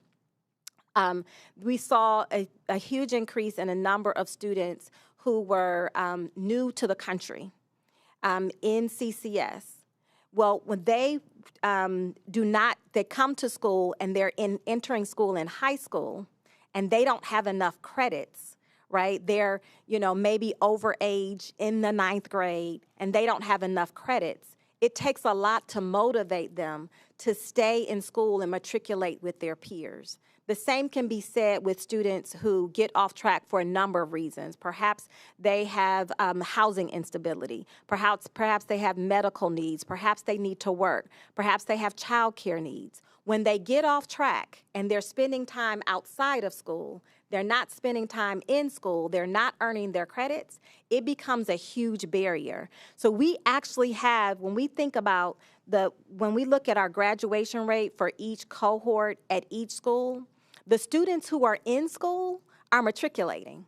It's the students that are still in that denominator that doesn't change, we can't change, but they have not been engaged in school, meaning their attendance has been inconsistent. Those are the ones that skew our graduation rate, and our students they're not attending school, and that adds to a dip in the cohort.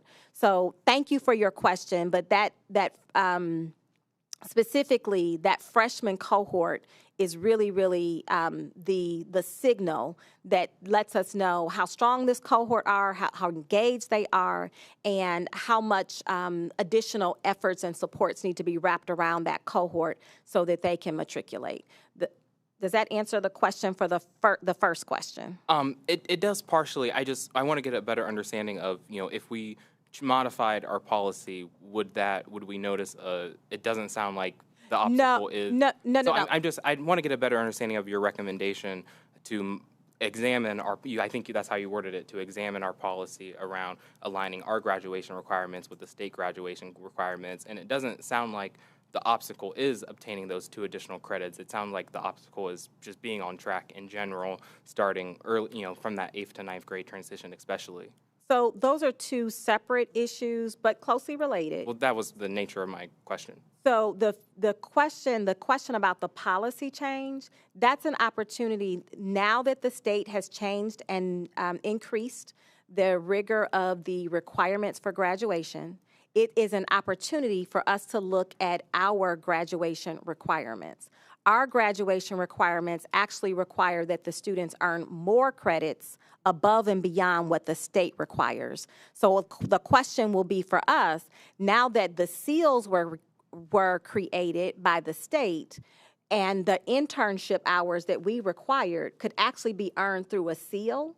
Now we're saying the students can earn the seals and these 2 additional requirements for credits that we have. That's an opportunity for us to consider. We're certainly it's our policy, we're following it, and we set the expectation that our students have to meet that policy, and we'll continue with that until we revisit it. But those 2 additional credits aren't the obstacle to graduation for most of our students, is what I'm For some of our students, it can be. It means that we're spending more time earning additional credits when they could be focusing on earning the credits that are established by the state.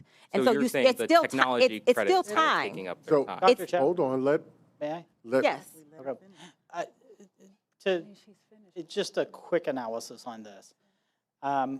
We have a number of students who garner 20 credit hours but don't graduate.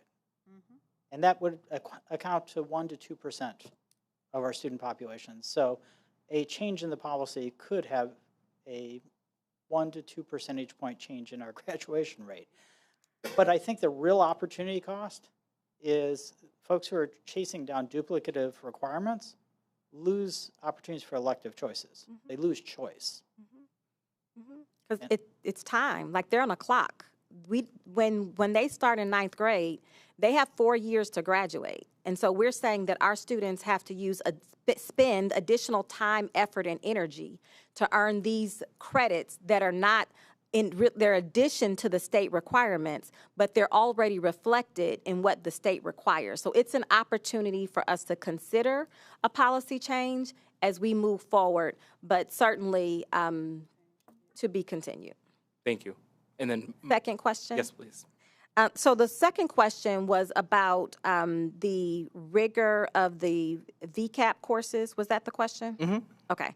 So I think that our team has been looking at this as and taking it into serious consideration, because we certainly want to make sure that when our students are using this online resource to earn credit, that it merits and certainly earns the credit that they would deserve. And so what we have transitioned to, we're actually looking at a newer platform, a different platform that provides more safeguards and provides more rigor. This is a platform that we were using before the pandemic, and we had to make a transition. And so we have been looking at this and reviewing several options to make sure that it aligns with our expectations for what a credit that would be worth. And so we're looking at that and making a transition as we speak. Thank you.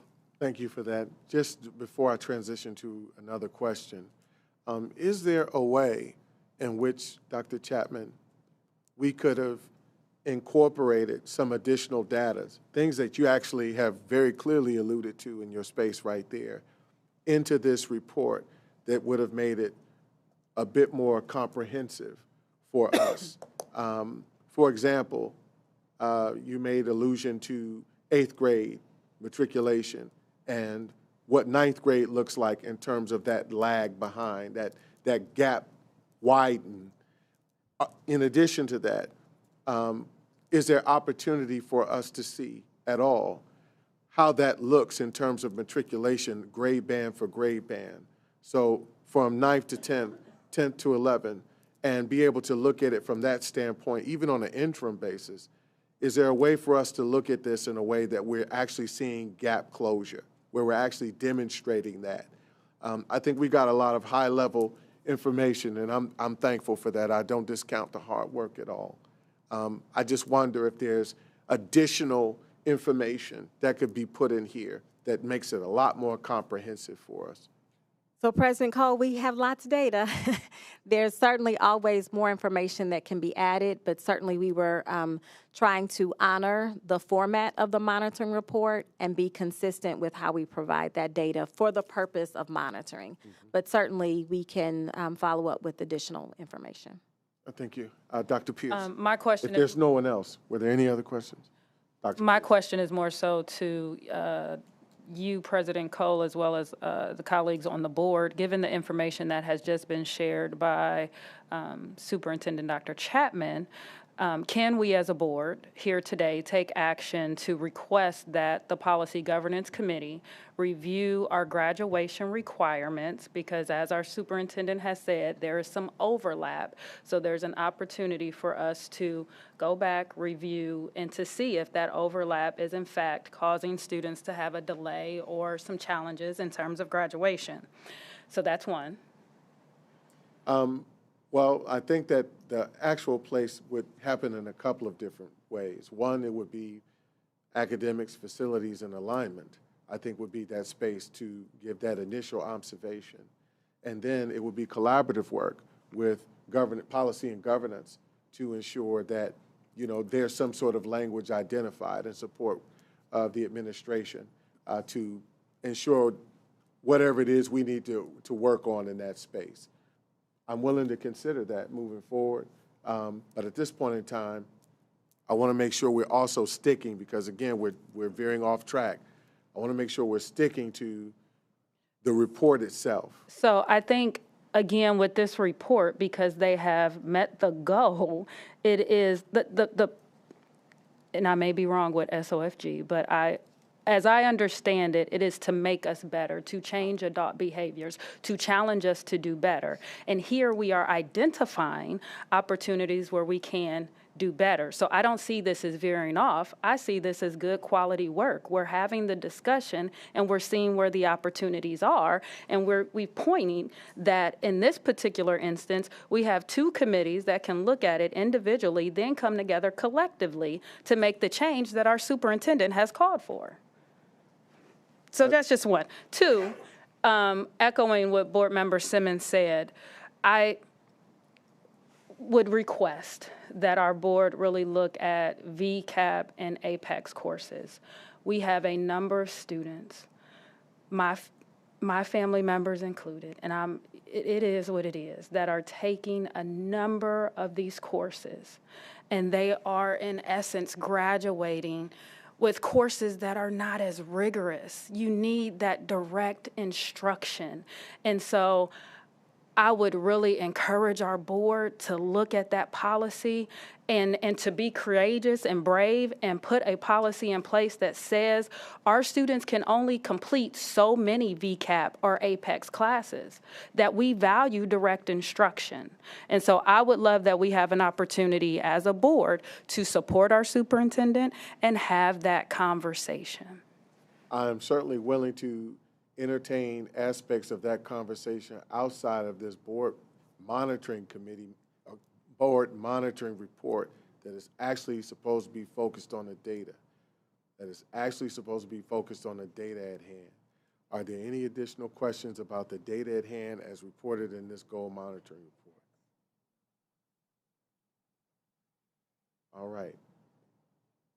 If there, and your comments are duly noted. But there's always time to submit those either prior to or after we wrap up the discussion. There's always opportunity for us to wrap this monitoring discussion up, and then you provide your insights as to what you would like to see added differently. So again, it's not to disqualify, it's just about timing. That's all. It's not to disqualify. It's just about This has timing. nothing to do with the report. It has to do with what actions we take as a result of receiving the report and the You information. stated it so beautifully that it is not about the report. Why are we focused And that on is that? why I'm saying to you, there's a better time to actually make that comment. There is. All right. If there is nothing further in terms of question or report, we thank you. Yes, we have to Madam accept- Vice President. Well, I'll make a motion to accept the monitoring report on board goal number 3, close opportunity gaps, that was sent to the board on August 28th, as well as incorporating the presentation that was done tonight. Second. It's been motioned and seconded. Call the roll, please. Ms. Ingles? Yes. Dr. Pierce? Yes. Ms. Reyes? Yes. Mr. Simmons? Yes. Ms. Vera? Yes. Vice President Adair? Yes. President Cole? Yes. Thank you, Dr. Chapman. Thank you. You've heard the feedback from us. I think moving forward, there's some definite adjustments that we can work certainly with Sindel and AJ on to make this even a tighter process. Absolutely. I think Taking continuous notes. improvement is always good. Thank you. All right. We will move forward in the agenda to the Joint Committee. All right. So just as the Joint Committee took place this last week, last Thursday, September 11th, had the opportunity to convene most of our board members and most of our committees. Our committee chairs were all present. We had the opportunity during that time to discuss career academies and receive a presentation on what career academies look like. And for anyone who wants to actually see the special board meeting, you can actually view it on YouTube, and there might be a couple of other places, Facebook as well. But definitely YouTube is my go-to space. You can type in Joint Committee and see what comes up, and you can actually find it September 11th, Thursday, 2025. All right. We had also the opportunity to receive an updated version of the 5-year forecast, much in just at 5,000 feet. We'll go through the actual presentation this evening. In addition to that, we discussed transportation and cost modeling along with academic impacts. We had the opportunity to get a very deep dive conversation and reality check about the cost of transportation its possible impacts on students, and not just ours, but also charter non-public students. In addition to that, we close with facts about open enrollment and lottery. Now, the open enrollment and lottery conversation will continue further in our next coming special board meeting, which will be another joint committee meeting. And that will be the second Thursday of October. What is that date? Anyway? Yes, I believe it is October. It's the week after. It's the week after? Okay. It'll certainly be posted, but it'll be the second Thursday of October. With that, there was a particular recommendation that was raised by the Joint Committee and approved to be sent to us as the board for very serious consideration. That was this actually is a part of our policy diet, so to speak. That is a revision of policy 8600, a revision of the policy 8600. 8600 specifically deals with transportation of students. Now, albeit we are not going to make this decision this evening, there were some things that I, at least from a principle standpoint, wanted to uplift to you all to take under very serious consideration. I know many of us have already taken a look at Board Policy 8600. I will ask you, for those who've not had the opportunity, to please continue to look through that. As you're looking through Policy 8600, I want you all to consider just a few things. I think it's important. There are a couple of clauses, there are a couple of sections within the policy listed as A, B, and C. A, B, and C. All of them, as the policy is written right now, say that we shall provide, that students, all these students encapsulated in those bullet points of A, B, and C are entitled to transportation. Now, what I'm thinking of us doing is doing three things. One is aligning, making sure that we align this policy to state standard, to state minimum standard, to state standard.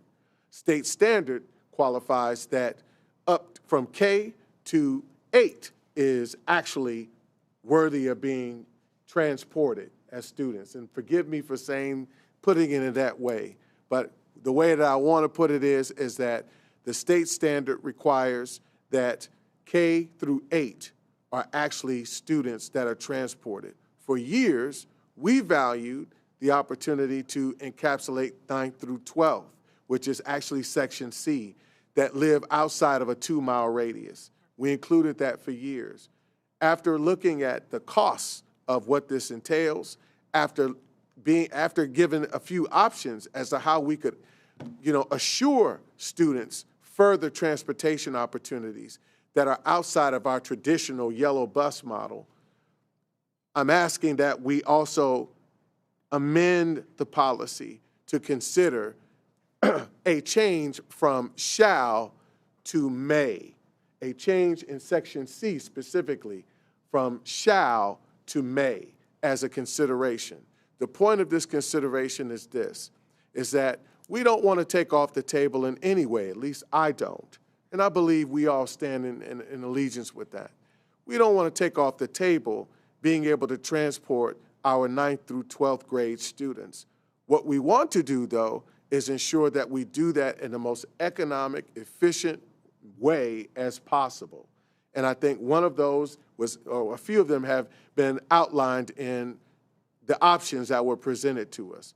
But as we're thinking, as we're pondering this policy, I think it's important for us to think about how we align it to state standards as they are current, to amend the language and do it in a way that assures that all of our students have the opportunity for transportation afforded to them, but we do it at a much more affordable, much more effective, much more efficient manner. And again, one of those options, or if not two, did provide that opportunity for us to consider that.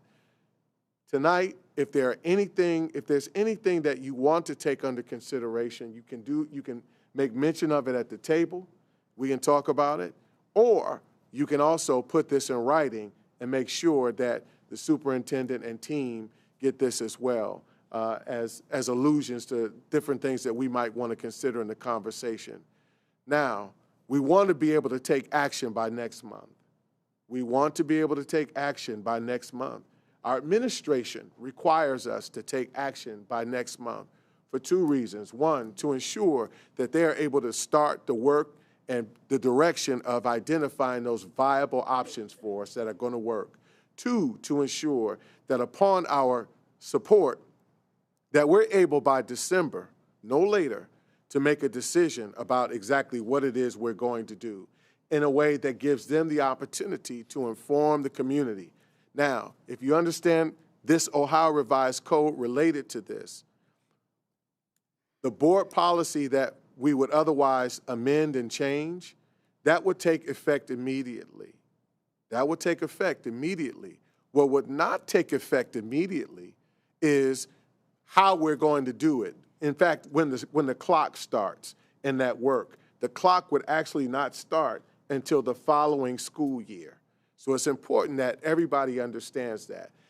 The policy change itself would take place immediately, but the actual legal aspect does not go into effect until the following school year, as planned, as planned. So for folks who would be otherwise concerned about whether children not having bus transportation, particularly 9th through 12th graders, the yellow bus transportation in January of 2026, that would not be an issue. That would not be the issue. So I'm opening the floor up now to any comments, any suggestions that folks want to be able to make. I want to make sure that we're able to notate this and take it down. I'll start with Vice President Adair. I just want to make sure we're super clear on what's happening. Thank you, That's what I would, yeah. President Cole, for articulating the robust conversation that our community members had, and the committee did vote to advance this to the board. So I know President Cole used the word "I," but it was really the committee, and the community had robust discussion about these things, weighing all of the things that President Cole talked about.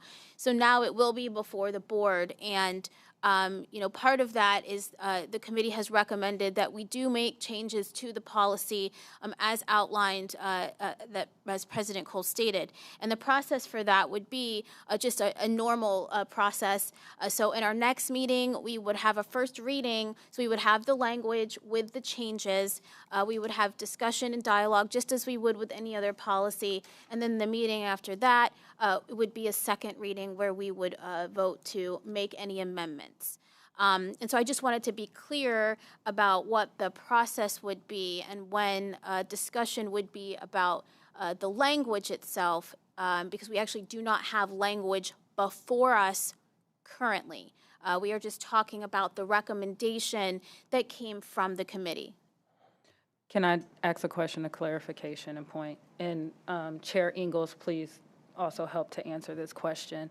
What I hear President Cole, when he first began talking, asked us to look at the policy 8600, to look at the places where it says shall and consider using may. Am I understanding that correctly? Okay. Yes. And Board President Cole, if I may, just to explain the purpose of the policy, it is not that the board would immediately take action on transportation. That is something certainly the board is considering through its joint committee and its regular committee work, as well as the work of the administration. But right now, the policy mandates that we provide transportation 9 through 12 and grades 9 through 12. And so right now, it would be inappropriate for the staff to work on potential ideas to move forward and change that transportation, because the current board policy mandates that that transportation be provided. So what we're doing, or what could happen with a policy change, is that the change from shall provide that transportation to may provide that transportation. We may continue to provide exactly what we're providing now, or we may not. But the change in language is necessary in the policy so that the administration has the authority from the board to go ahead and work on proposals and think of those ideas and then present them to us for consideration. So I just wanted to be clear about that as well. Nope, thank you for that point of clarification. Maybe I just said it differently. But the whole point is about timing of making sure that the administration is clear about the direction requested on part of the board so that they can do two things. They can work on the options, A, and B, be prepared to disclose to the community exactly how this process will work from an administrative standpoint, when it actually takes place next year, and how we're going to make sure we're getting word out about that. All right. Did someone, Board Member Vera? Thank you, President Cole. I just want to also make a mention. I think it's critically important for us as a board to really talk about the engagement strategy as to how we're going to have these conversations with our community at large. As my colleagues have indicated, no decision is being made tomorrow. However, we have to be mindful, based on the timeline that has been explained tonight, how we really are going to take the time to hear feedback, provide student voice, parent voice. And so I have put that in writing to board leadership, to the superintendent, recommending even possibly a special meeting to talk about engagement specifically, because we have a lot of big decisions that we are reviewing as a committee, as a board, and it's critically important that we're not just saying we're going to have engagement and we're going to collect feedback. We need to really have a strategy that we are ready to commit to, and that we can, ensure that our community has agency and opportunity to really provide feedback as to what these changes could mean for their families. And so I just want to offer, I did submit that in writing, and at some point I would like to get a follow-up as to when we're going to have that conversation.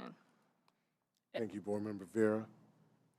Dr. Pierce? Thank you so much. And I want to echo the concern of Board Member Vera, but more from a student-centered perspective. We just heard from our superintendent that we need to keep our freshmen and our ninth graders engaged. So how would a potential decision such as providing or not providing limited transportation, how is that going to affect the academic outcomes of all of our high school grade levels, and in particular, the ones that we are currently facing, we have an opportunity moment with, where we have growth opportunity moments with. So is there a way that data can be presented around that, and we could really have the conversation around, how this might impact those academic outcomes?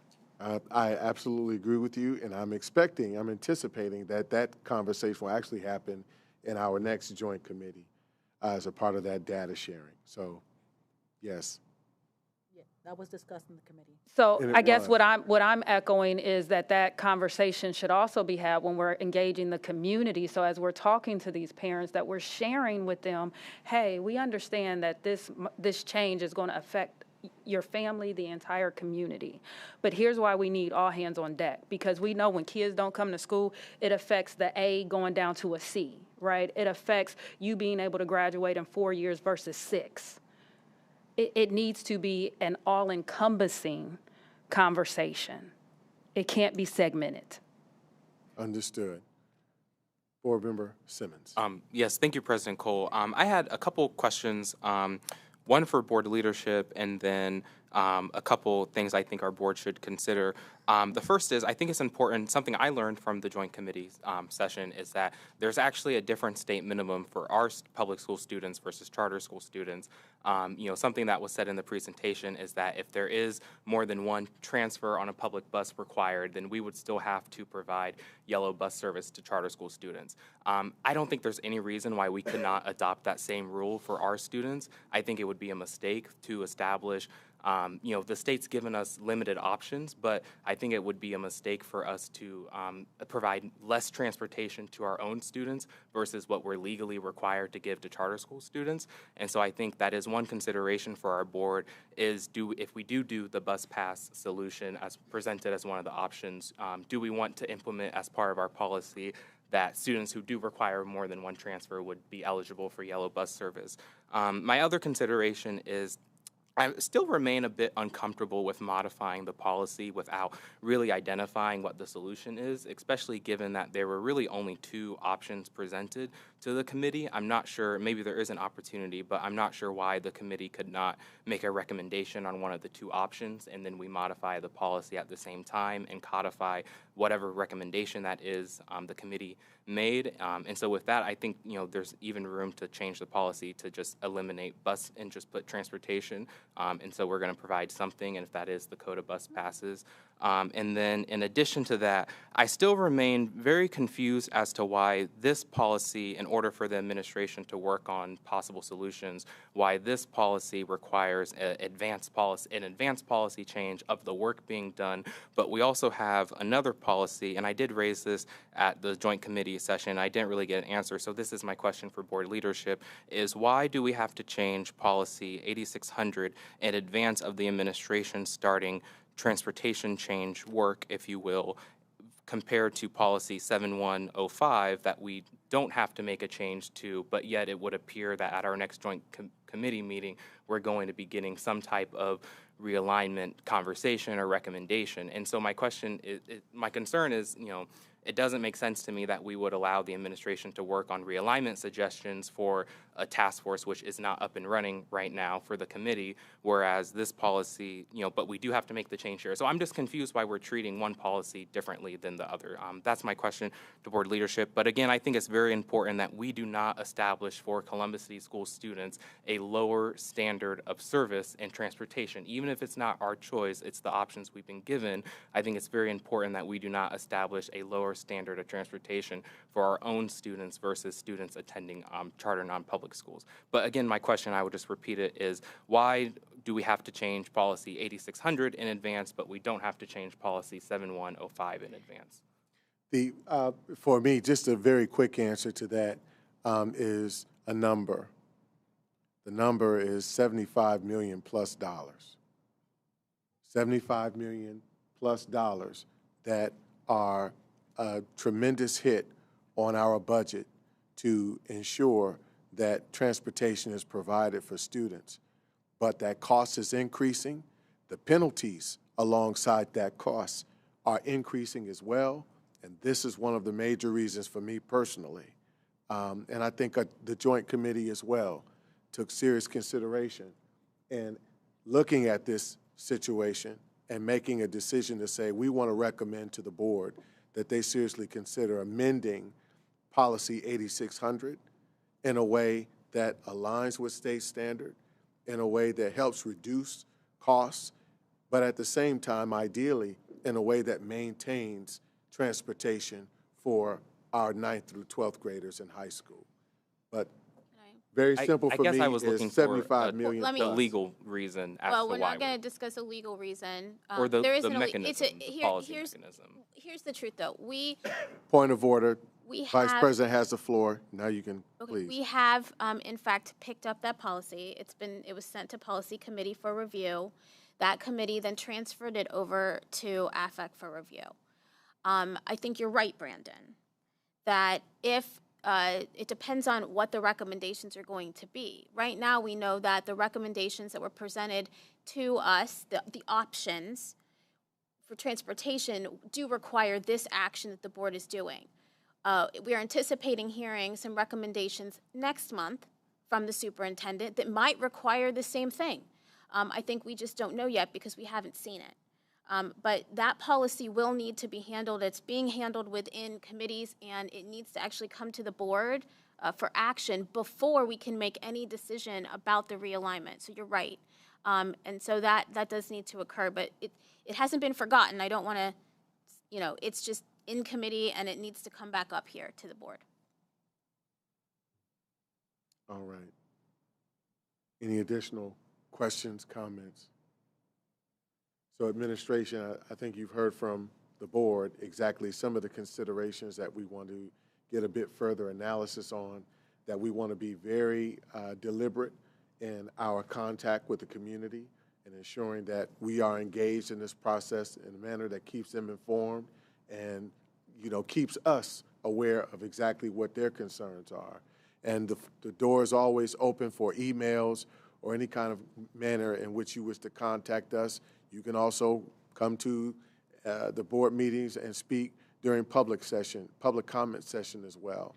But we do want to maintain a relationship with the community in a way that keeps them inclusive with feedback to us about what it is that they're concerned with in this process. Am I accurately stating that? Am I off base in some way?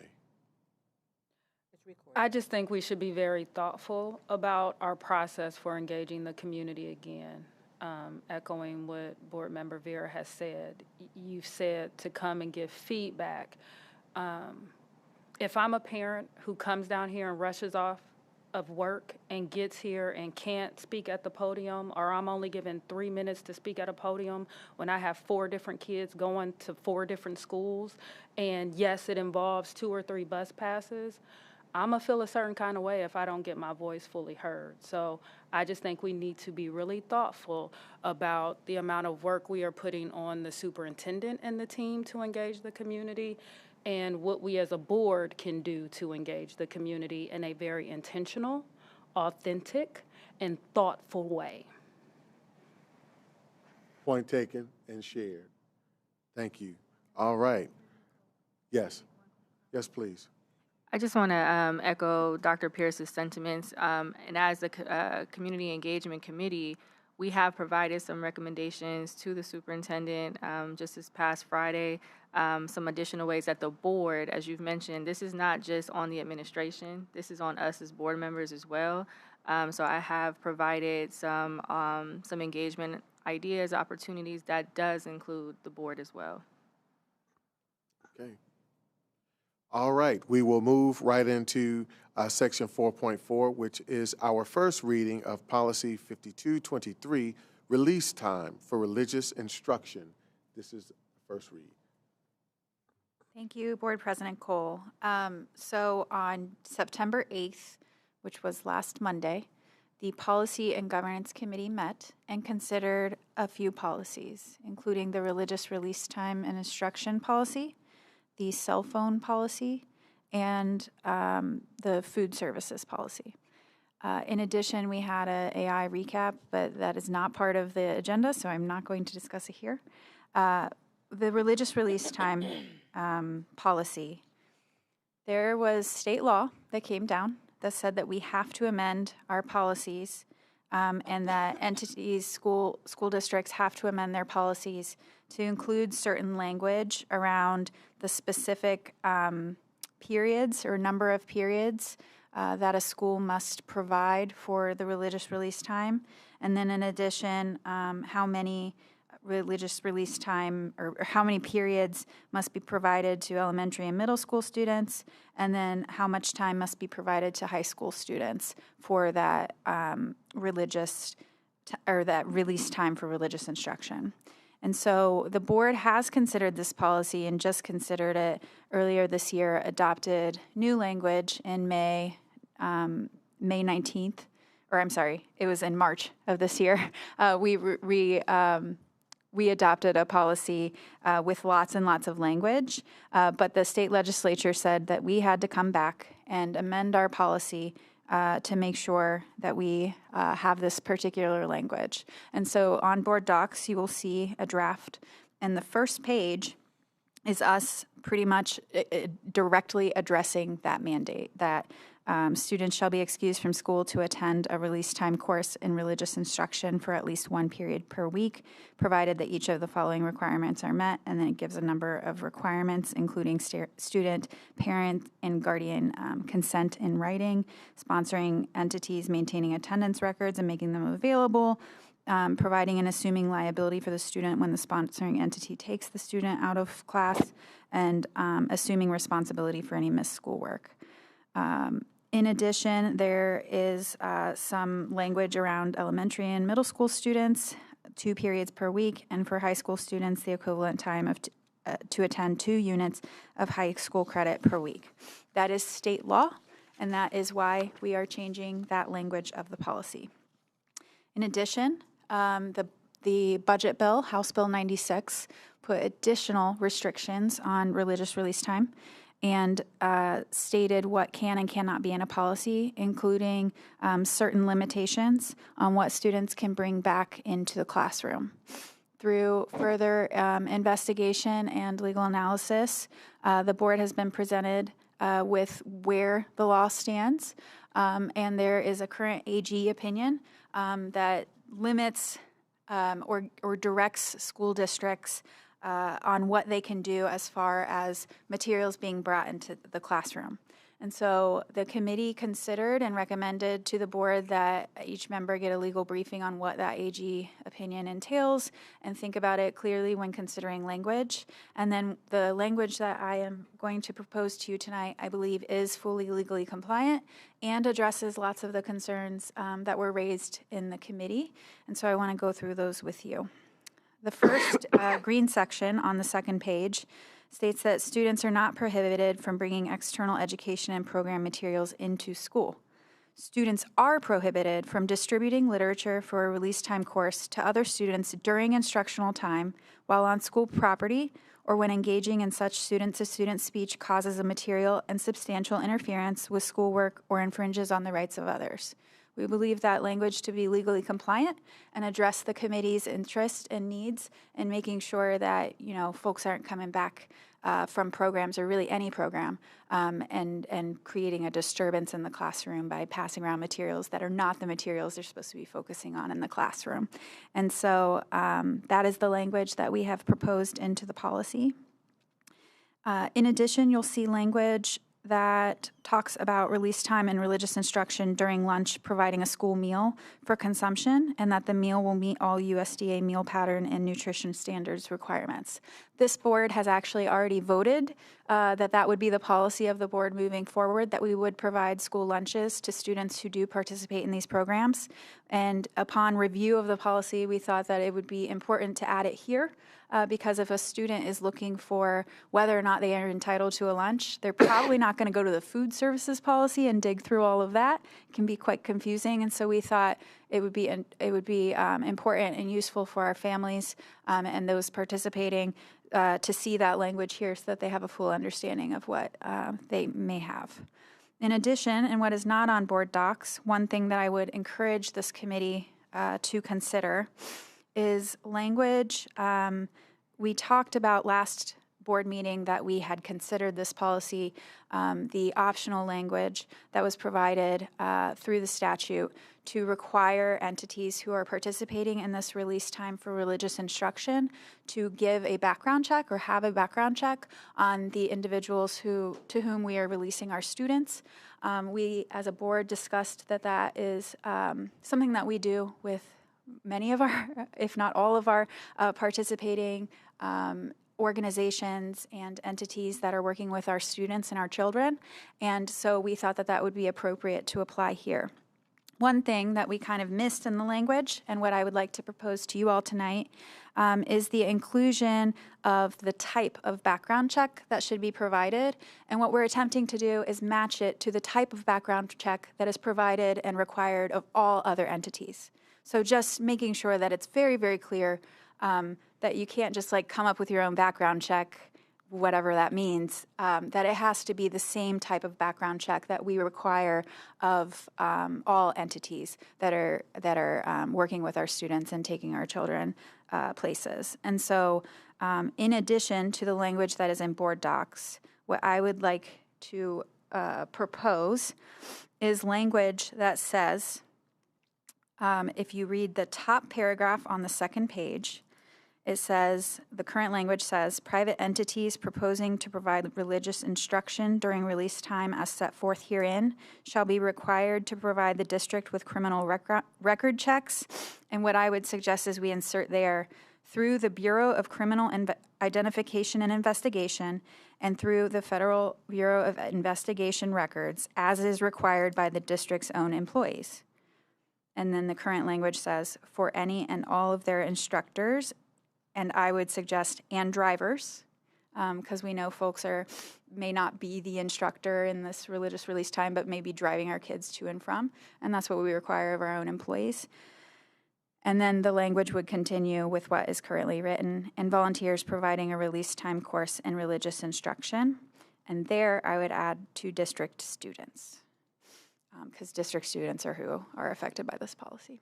So I'm happy to repeat that. I know that that's a lot, but in talking with our internal auditor who brought this up at our policy and governance meeting, what kind of background check are we doing? And are we doing the Brat Back program that we require of our own employees? And in reflecting upon that conversation and analyzing the language, and then also analyzing, how we're doing these background checks and what the entities that are currently participating, what they are and are not doing, I felt that it was important to bring additional language to the board for consideration that would simply put the compliance with background checks in this policy in alignment with the background checks that are required elsewhere in board policy. Thank you, Board Member Ingalls. Questions? Couple of questions for the modified language that's proposed for page 2, sentence 1. Chair Ingalls, is that creating an undue cost and burden for those organizations and entities that is different from an organization or entity that might just be providing academic or social emotional support? I believe no, because it is the same exact requirement that we are putting forward with every organization and individual that's working with our kids currently. And also it was explicitly outlined in the law that we are allowed to require background checks. It did not say exactly what kind of background check, but I do think that it's fair that if we're asking anyone to provide a background check, that it match and it be of the same standard. And is that standard the standard that is used for and I use educators inclusively, I use it for teachers, staff, bus drivers, everybody. So is that the same background check that we have all of our volunteers do that is alignment with the same background check we have our educators do? Yes, I believe, and that is the intent with this language. Okay. So are we just going to have discussion, or is it going to be a first reading? I have it marked as a first reading, so I'll pass it back to the board president. Is this the idea at this point in time that you are considering waiving the first read and entering it as, making a motion to accept it? I would be open to waiving the second reading, to accepting this first read. We've had discussion. I don't hear my colleagues objecting, with the exception of the proposed language on page 2, because that is currently not documented in board docs.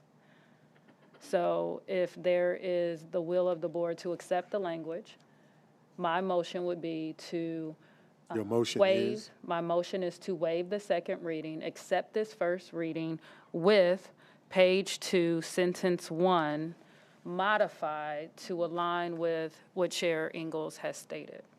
I'll second. Motion and seconded. Can we call the roll? Dr. Pierce. Yes. Ms. Reyes. Mr. Simmons. Yes. Ms. Ingalls. Yes. Ms. Vera. Yes. Vice President Adair. Yes. President Cole. Yes. Motion carried. All right. Okay, so now we've gotten that out the way. Let's move to our first reading of Policy 8500, Food Services Draft. Okay. So this policy is to come into compliance with USDA requirements and non-discrimination that is found in the federal code. What we are attempting to do is simply adopt the non-discrimination statement that comes right out of the code into the policy and make sure that all of our students, when they are receiving the services provided by our food services team, that they are receiving services that are compliant with that federal standard and that federal requirement. And then in addition, you'll find language in here that refers to the religious release time, and that we will be providing lunches for our students who participate in the religious release time. And that's more so that our food services folks know to go to the religious release time policy. So this is for ease of reference. It's an attempt to be transparent and clear with what the rules are. So that's why we've included that there. But really, at the committee meeting, we had a great discussion in that we got a presentation on why we need this policy, but it really boils down to federal law requires us to have this particular language and have the non-discrimination statute or statute language, and so we're merely adopting that into our policy to remain compliant.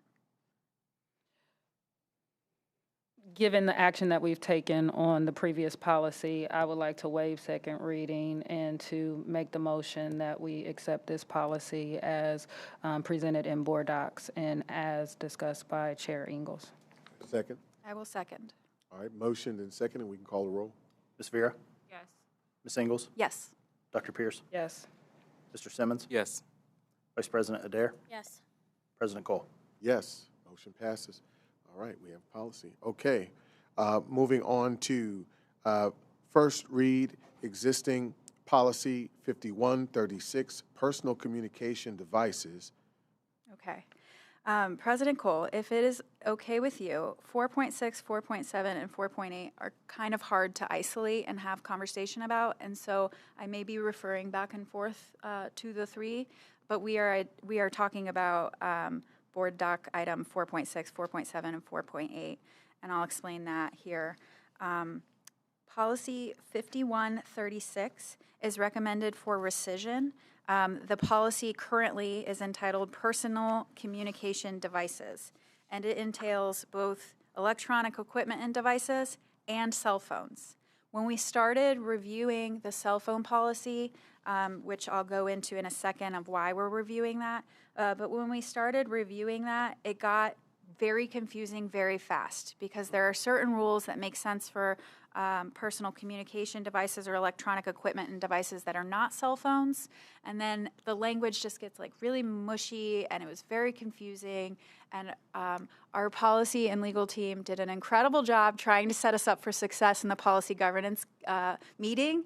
And even then, it was very difficult. And so what we decided is it might be more advantageous for the board to have separate policies and refer to the cell phone policy that would be new in what we would now call the electronic equipment and devices policy, which is on board docs as 4.7 and would be policy 5136.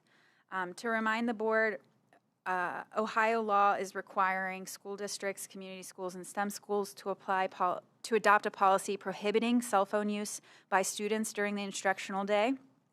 We have to have a policy in place by January 1st, 2026, so we do have a little bit of time. An instructional day is defined in law as a period of time in which the student is expected to be in attendance and includes not only formal instruction time, but also supervised activities such as transitioning between classes, recess, meal periods, and field trips. The districts and schools that adopt cell phone policies after a certain date would have to do it at a public meeting. We were going to do that anyway. And each district board must make their cell phone policy publicly available and post the policy prominently on its publicly accessible website if it has one. We already had a cell phone policy. Columbus, yet again, is ahead of the game. Districts and schools can prohibit students from carrying cell phones on school property, and districts and schools may also prohibit the use of all electronic communication devices, which include cell phones, smartwatches, and other devices that are powered by battery or electricity and that are capable of receiving and transmitting communications. It also requires that the policy list exceptions and disciplinary actions for violations. And that's kind of rare to see in laws, that you have to not only have all these requirements, but also you have to outline how you're going to discipline students. But that's what's in the law. If a policy prohibiting cell phones on school property is implemented, the policy must be posted in a central location in each school building and available to students and parents upon request. The law also identifies that students may need to access their cell phones for educational or medical reasons, and the law allows students to use their devices for specified purposes, including individual IEPs, students' plans developed under Section 504 of the Rehabilitation Act of 1973, student learning, monitoring or addressing health concerns, or an active threat or emergency as detailed in the building's comprehensive emergency management plan under Ohio law. So if a student has a written note from a doctor requiring use of a cell phone to monitor a health concern, the district or school must allow the student to use a cell phone for that purpose. Other considerations that our committee talked about, in addition to what is required by law, were the idea that our students seem to be doing very well with this policy currently. It is current law that you have to have your phone away, can't be using it during the instructional day, regardless of what your policy says.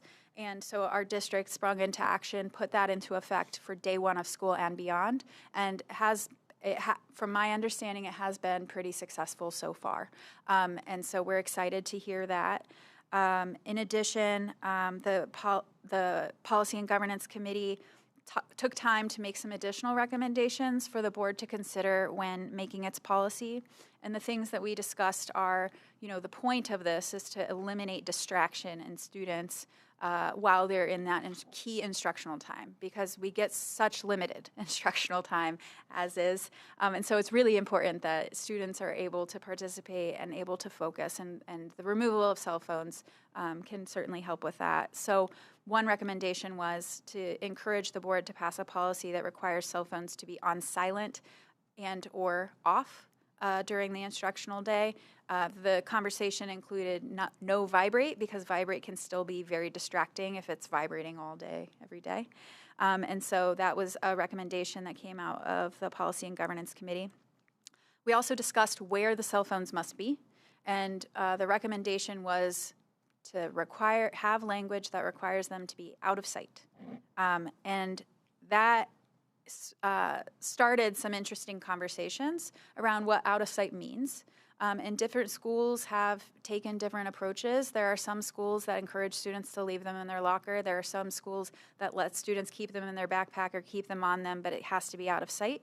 And so the Policy and Governance Committee really considered that and thought, out of sight, and let's let our district administrators kind of determine what that means and how that works with their building and with their tact, because all of our buildings do have a little bit of different rules around, do they have lockers available? Can they have their backpacks with them? What are those types of situations?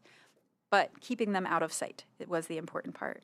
And then in addition, allowing certain circumstances like after-school curriculars when you're on the bus. Our previous policy actually said that you cannot use a cellular device when you're on the bus, even during an extracurricular activity or on the way to and from extracurricular, which is a critical time for kids to be able to talk to their parents or whoever it is that is going to be picking them up from the bus or meeting them at the game. And so the discussion at the Policy and Governance Committee was, the point of the policy is to eliminate the distraction during instructional time. And students going to the basketball game, on the way to the basketball game, and talking to their parents about, you're going to be at the basketball game today, is not necessarily inhibiting their ability to receive that true instructional time. And so we thought that it would be okay to modify what was previous policy and allow students to use it during that time, in addition to on the way back. In addition, the recommendations were just being really clear, like put the phones away, allow for the use on buses. And then we had some discussion around ELL students particularly because ELL is, we heard in our board monitoring report today, significant. And I think Dr. Brown said we went from around 18% population of ELL to 23%.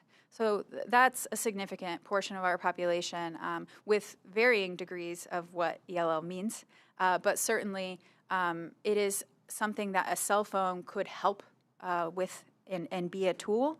And since the law does allow one of the exceptions to be for student learning, we had discussion around the fact that perhaps that would be an opportunity to allow students to use cell phones as needed on appropriate basis when it can further that student learning. So those were kind of the recommendations. So now to take you through the policies, I'm so sorry that this is so much, but it is what it is. So the policy that we recommend to rescind entirely is policy 5136, which is the current policy that encompasses all of the cell phone rules, but also all of the personal electronic equipment and devices rules. It is the policy that we recently reviewed in compliance with SB 29 earlier this year by all the legislative changes that were coming around related to use of electronic devices and what's appropriate and what's not appropriate. And so what we have done is take in what was policy 5136, the recommendations that came out of the Policy and Governance Committee, and we tried to simplify them and put them into a policy that is more user-friendly and easier to understand. So we've divided them into two. We have the electronic equipment and devices policy that is intended to encompass all of the requirements that came out of Senate Bill 29 earlier this year, that we as a board adopted new language in order to comply. And then in that policy, it references the cell phone policy. And so the use of electronic equipment and devices, we've got all of that language there. Much of it will be similar to what is currently in policy now. It does reference discipline will be progressive, and that's because the law requires us to outline, weirdly, disciplinary actions for violations. So that policy is pretty simple, except for it refers over to what is a new, entirely new version of a cell phone policy. So I'll take you through that as well. The cell phone policy would be then entitled, or would be enumerated 5136.01, and talks about, our commitment as a board to providing educational environments that support our students and fully engage with our classmates, so that they can fully engage with classmates, teachers, and instruction, and gives the overarching objective, which I know Board President Cole had mentioned in a previous board meeting was very important, to increase the focus on learning, cultivate a strong foundation of knowledge, and foster a sense of community within our schools while eliminating distractions within the learning environment, so that that purpose is set forward and clear for our community. It applies, this policy specifically applies to use of cell phones during the instructional day, and then we pulled straight out of statute what the meaning of instructional day is. That comes from the ODU model language that was released. So instructional day is any period of time in which a student is expected to be in attendance and includes not only formal instruction time, but also supervised activities such as transitioning between classes, recess, meal periods, and field trips. And you heard me read that earlier because that came right out of ODU's model policy language. In compliance with the new law, students are prohibited from using cell phones at all times during instructional days, and then we've outlined those we've outlined those exceptions that are afforded in law. And what we talked about in the committee, the ELL, and the student learning opportunities, we think would be encompassed by A, the language in exception A. If determined appropriate by the board, students may use cell phones for student learning.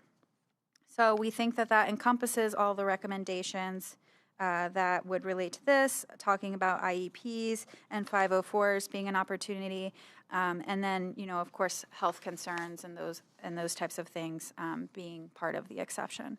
In addition, we have language here that says cell phone storage. Students shall keep their cell phones in a secure place, such as a student's locker, a closed backpack, or a storage device provided by the districts at all times, unless the use of the cell phone has been approved due to an exception. What we didn't write there, and what the board could consider, is putting the words out of sight. What we were trying to do is not prescribe any one method in which the cell phone has to be hidden, because as we noted in the policy governance committee meeting, some schools have lockers, some schools allow backpacks, some schools, maybe it should be building by building to determine, but the point is get it out of sight. It shouldn't be distracting you. And then I would recommend the board consider some language for our next read about whether we want to prescribe that cell phones should be silent and or off during the school day. And you won't find that in the policy, but that's something that I would encourage the board to consider between now and our next read.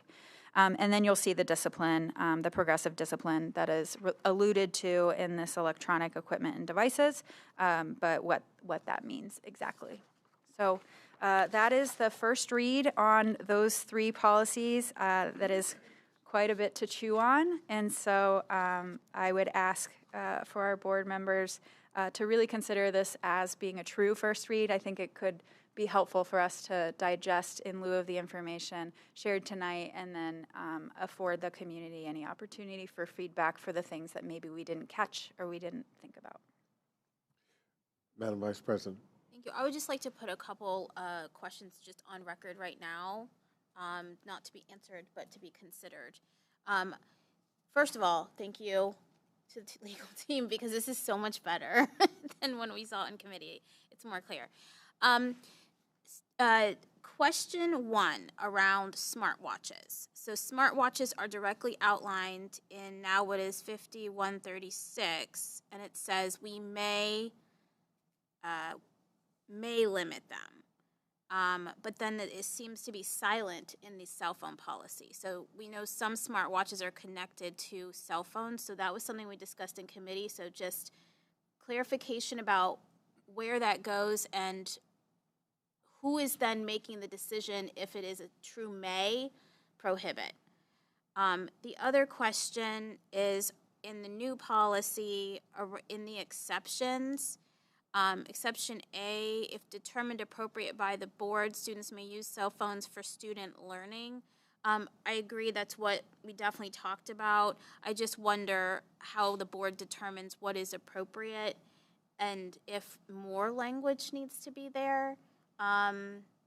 Because really, we're allowing the teachers or the principal, it's not really, like, we're not going to do every one of these. So I don't know how that actually happens. We did talk about a lot of different scenarios where we think it would be okay, but I just wonder in practice how that works. And then lastly, we did discuss in committee I believe it's in the law, Sarah can correct me if I'm wrong, that does allow an exception for emergency situations in accordance with our emergency planning. I didn't see that in here. I know we did discuss that in committee as one of the exceptions.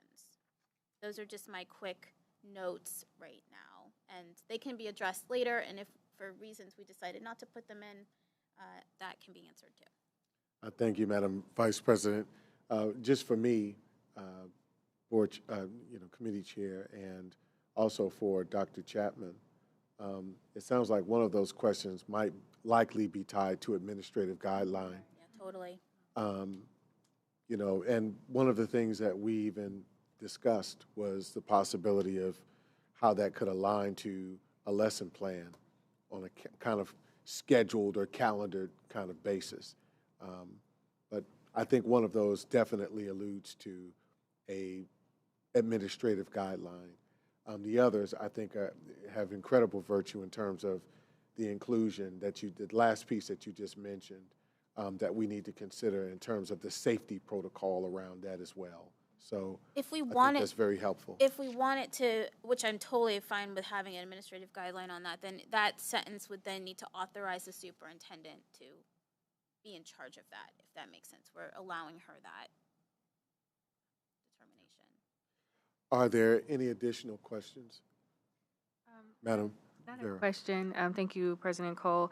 I think kind of just circling back to the administrative guideline, recognizing that this is going to be a huge shift for a whole entire generation, right, of young people and families. As a parent, a quick text, especially if your kid left a little rocky that morning, now no longer being able to have access, especially at a time where safety is a top of height for most parents.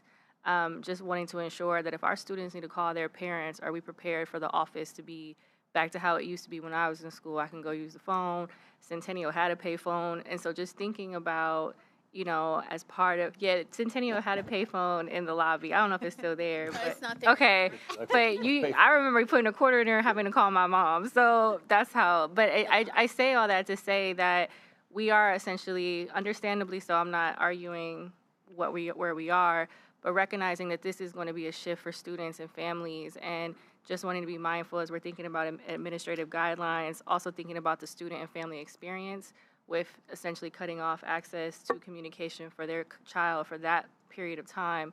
How are we prepared to meet the needs and the sensitivity of families who may feel like they need to have contact with their kids, or vice versa, kids who feel like I need to be able to text my mom, or whatever the case may be. So just a conversation and more. I know we're doing our best to communicate these changes with our community at large, but I think also from a translation service standpoint, a lot of our families who don't speak the language don't truly understand what is happening with cell phone policy changes. So just continuing to be mindful as to how we're communicating these changes to the community at large. Thank you for that comment about inclusion. All right. Yes, Mr. Simmons. Thank you, President Cole. I just had one question for Chair Ingalls. In the 4.6, there's a line in the policy the fourth paragraph down. That would be not part of our policy because we're rescinding this. Because I'm confused because it says rescind, but then it's in green, and green is Oh, normally. yeah. Yeah, that's where it got really messy, is we were trying to adopt the policy and the different stuff, and so this policy would just not exist. Okay, at thank all. you. Yeah. With the vote, it wouldn't. Yes. All right. Yeah. With the vote. Thank you for that point of clarification in the question. All right, if this concludes, we look forward to what's to come out of Policy and Governance Committee. All right, we will move on to Section 5, which is the State Report Card Overview. Dr. Chapman, thank you again.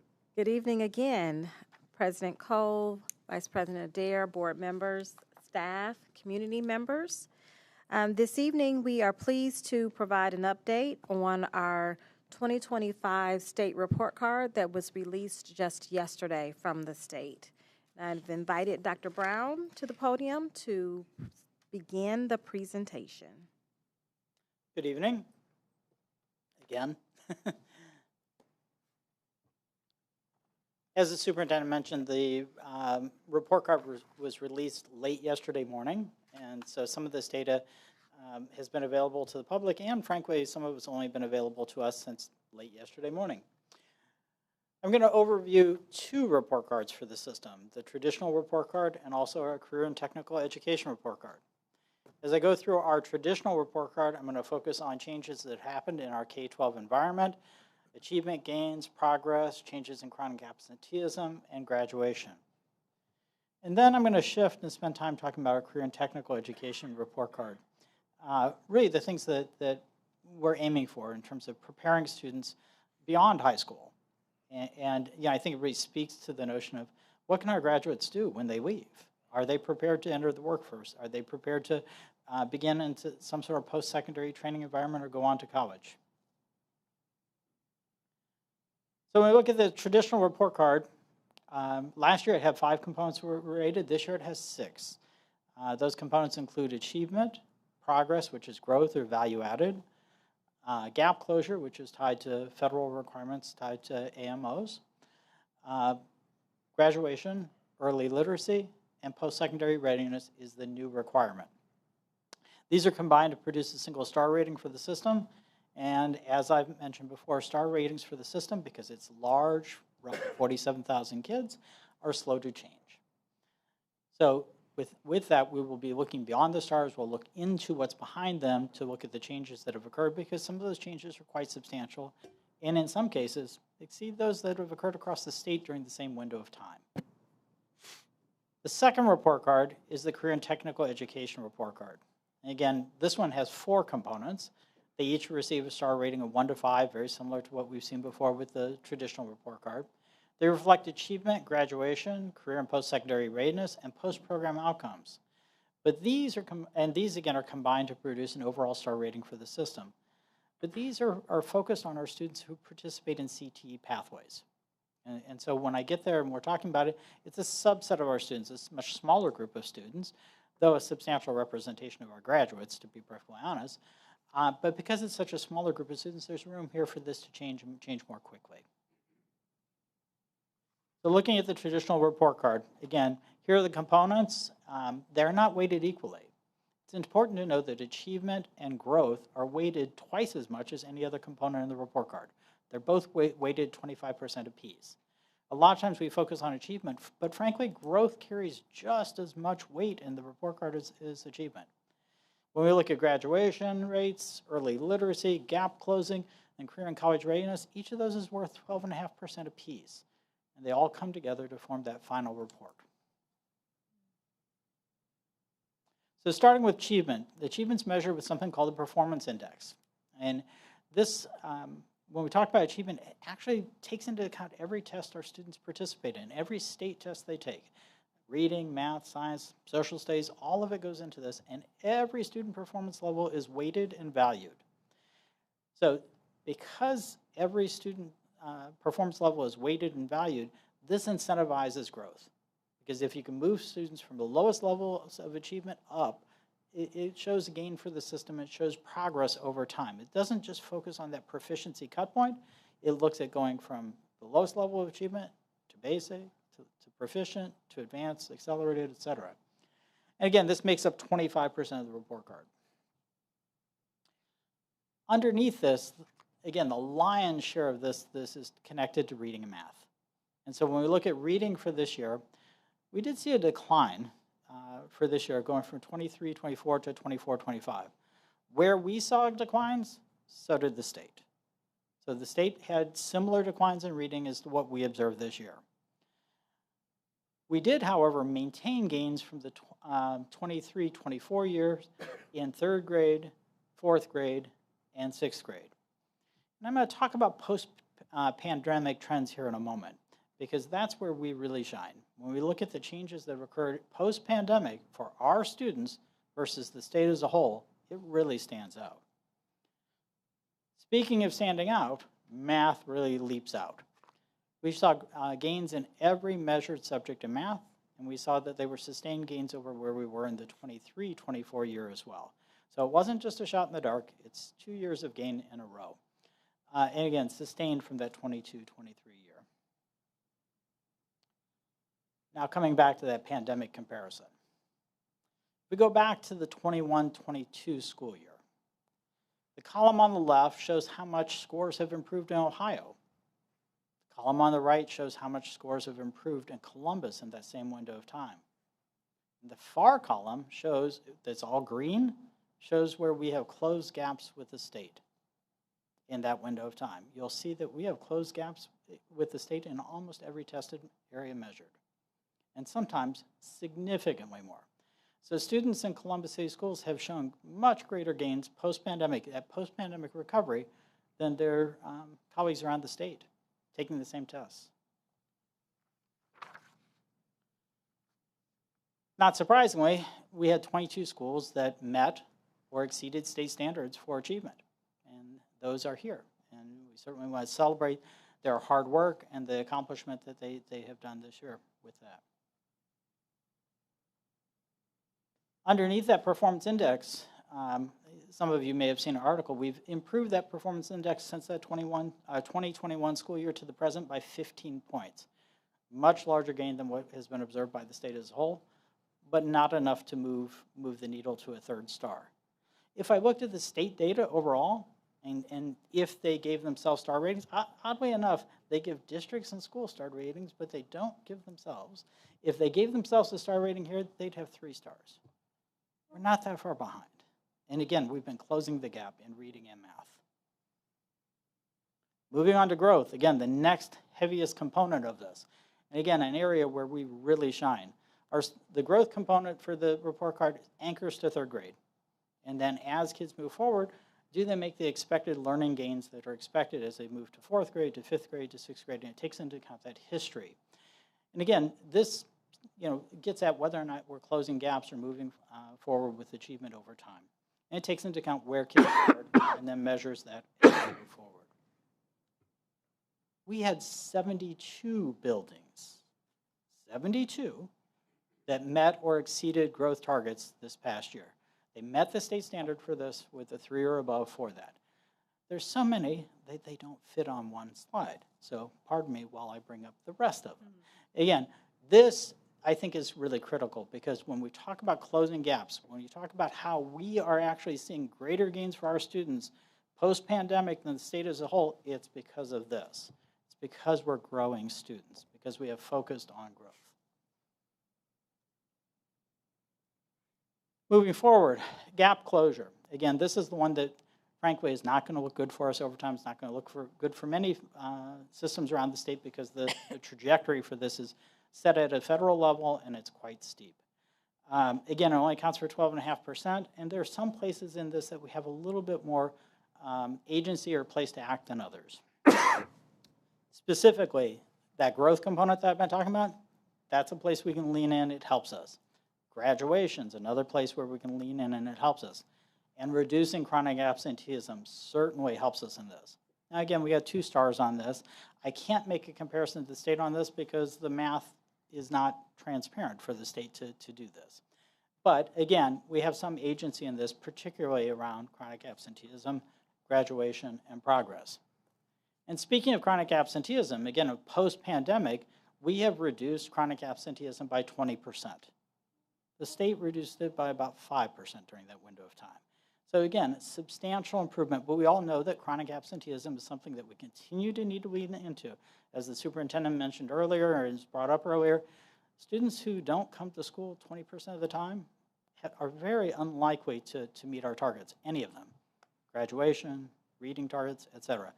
Coming to school is really important, and as the superintendent mentioned earlier, attendance patterns are set up early. They're set up when kids are in preschool, kindergarten, first grade. That sets the pattern that follows with kids on into the rest of their education. So incredibly important to get good attendance patterns started early and continue with them throughout a student's education. Again, just leaning back into it again, attendance is correlated to every single academic indicator that we're looking at them, and chronic absenteeism again puts our students at risk. So again, focusing on our whole child supports, thinking about what it means to create positive conditions for learning, conditions for teaching, again, predictive of every outcome that we're interested in. The how, and sometimes it is as important as the what for us as we move forward. Moving on to early literacy. Again, the board goal for third grade aligns very well with this. Again, the state went down in third grade. We did as well this year. And so we maintain 1 star on this. And again, as the scores around the state went down, ours did as well. And this is one area where, again, there's room to improve. That being said, these buildings met or exceeded the goals for the state at this point. So again, 3 stars or above for every one of those. Finally, moving on to graduation.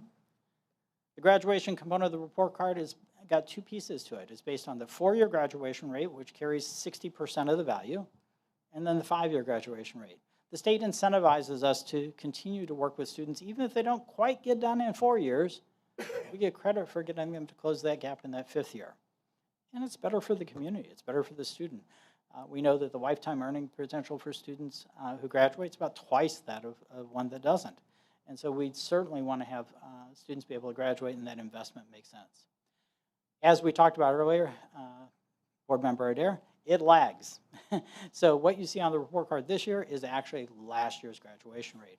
And when we talk about the 5-year graduation rate, it's not the 23-24, but the 22-23. So the 4-year graduation rate for 23-24, pardon me, was 83.3%. The graduation rate for 22-23 was 81.4%, which gave us a weighted total of 82.5% total, which is a 1 star. The state's graduation rate is 88.3%. The state, again, doesn't give itself a star rating, but that would be a 2-star rating. They're below their own standard on that statewide. When we look at it again, last year we had a tremendous gain in our graduation rate, but I think sometimes, during our board monitoring, again, the board monitoring is focused on whole group, but there is something to, I think, really celebrate within this. Our African American students actually graduated at a much higher rate than the overall population for us. 87.9% of the cohort of 23-24 graduated on time. They exceeded the African American graduation for the state as a whole, which was 79.1%. This is a place where we are outperforming the state and outperforming them significantly. Matter of fact, the African American graduation rate for our students actually approaches the state graduation rate overall of 88.3%. So this is not typical in urban settings. Oftentimes you see these inverted. You'll see the African American graduation rate actually lagging behind other graduation rates. That is not the case here. We do a wonderful job getting our students across the stage, and it is our largest student group. Again, the following buildings met or improved their star rating for graduation this year, and you see the list there. We don't have as many high schools as we have K-8, so it's a shorter list. But again, these met or exceeded the target or grew this year. Finally, around to that last component for the traditional report card. Traditional report card, again, has a post-secondary readiness component that's been added. This is the first year that this component was rated. And we are meeting state standards for this requirement. We are in 3 stars for this.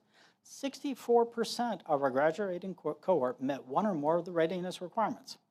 So almost 65% of our students are leaving high school meeting one or more post-secondary readiness requirements. That is, they're ready to go on to college, they're ready to go to the workforce, they're ready to enter the military, they've achieved a remediation-free score on the ACT or the SAT, or they've earned industry credentials. There's a whole list of things here that, again, speak to being ready to either enter the workforce or enter some sort of post-secondary training program or military. Again, makes up about 12.5% of the following buildings, again, met or exceeded the state standards for post-secondary readiness. And you'll see the vast majority of our high schools are in this list.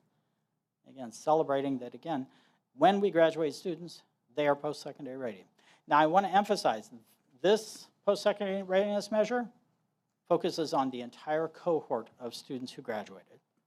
When I come into talking about the CTE program, I'm going to be talking about CTE concentrators, kids who participate in CTE program, smaller group of students, and we'll talk about that. But so roughly 2 out of 3 of our students are when they graduate are graduating post-secondary ready, ready to go into the workforce, ready to go into a career or post-secondary training.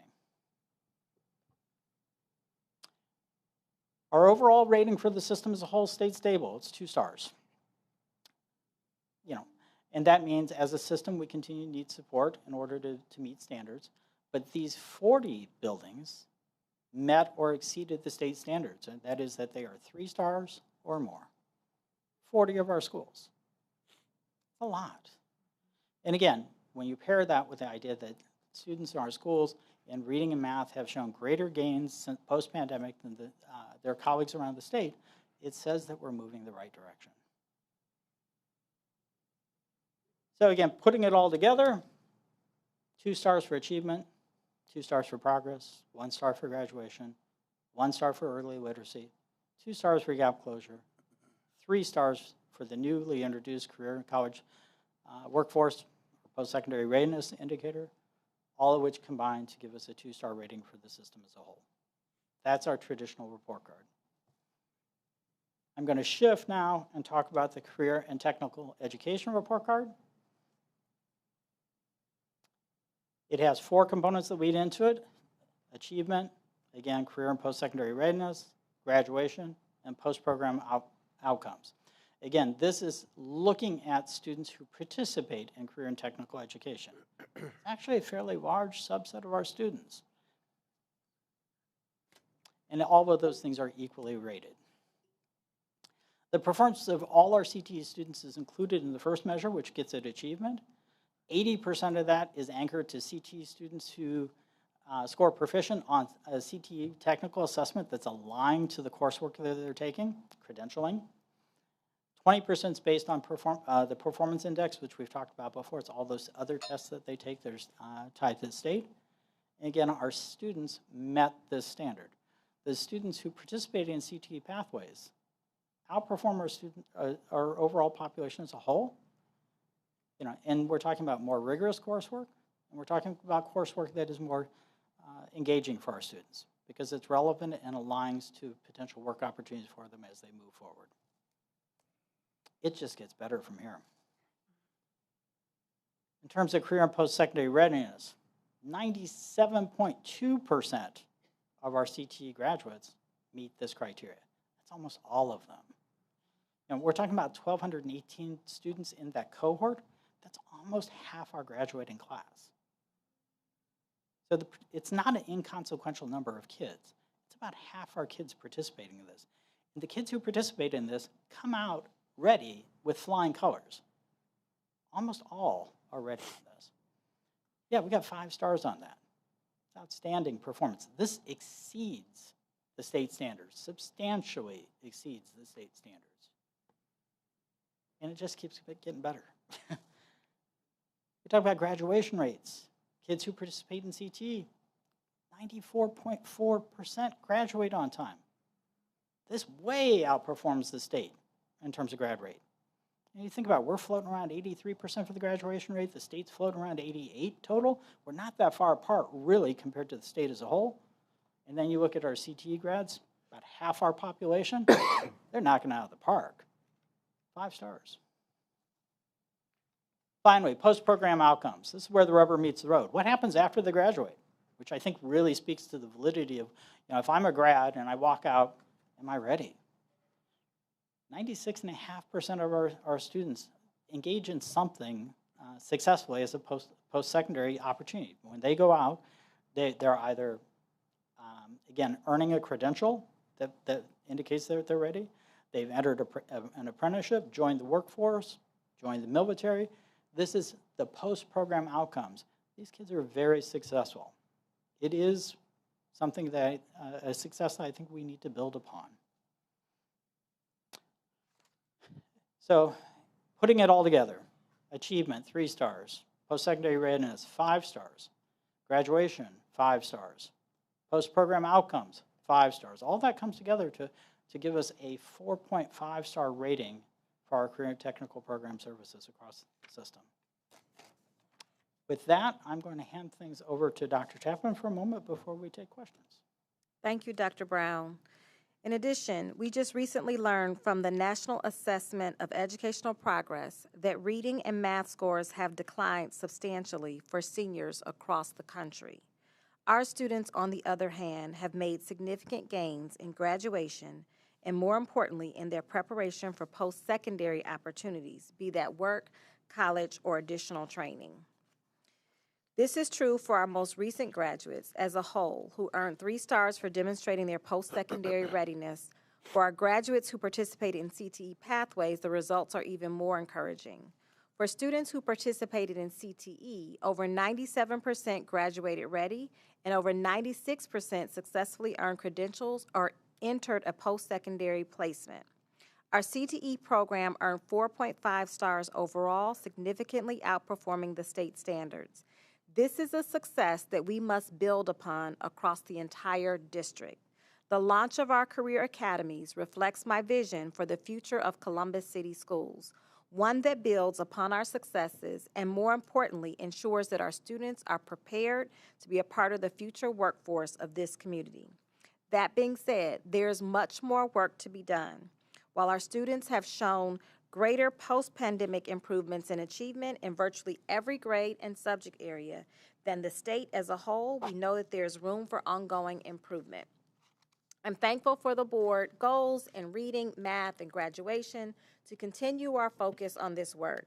I certainly want to conclude by thanking all of our students, our families, our teachers, our staff for working so hard to create these changes.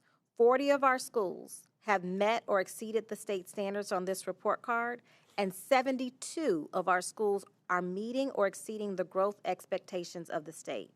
We are moving in the right direction, and I look forward to ongoing improved outcomes for our students.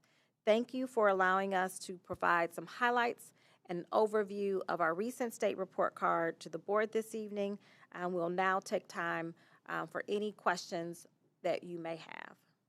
Thank you, Dr. Chapman. The floor is open for questions from the board about the state report card update. Please, Madam Vice President. Can I just ask a quick question about the career technical report card? So just technically, this is it's a mini district within our district, so that's why it's graded separately. And we have students, we serve regionally. And so I'm wondering who are in these numbers? Is it only our students, like our CCS dual enrolled students, or is this any student that attends our career district? It includes both, okay. But the preponderance of the students are from CCS. Thank you for that. I'm really appreciative of the number of buildings and the buildings we cited that are either meeting state standard being a 3. So it's important that we understand that out of the 5 stars, if we met 3 or exceeded, if we met 3, we've met the state standard. If we have exceeded 3, then we have exceeded state standard. I think it's important for that clarification. It doesn't disqualify the 2 stars, it does not. But what it does, when you're looking at the metadata, the individual school impact, and seeing that there are so many that are 3 and beyond, I think that's important to recognize. With that in mind, are we giving any consideration at all to these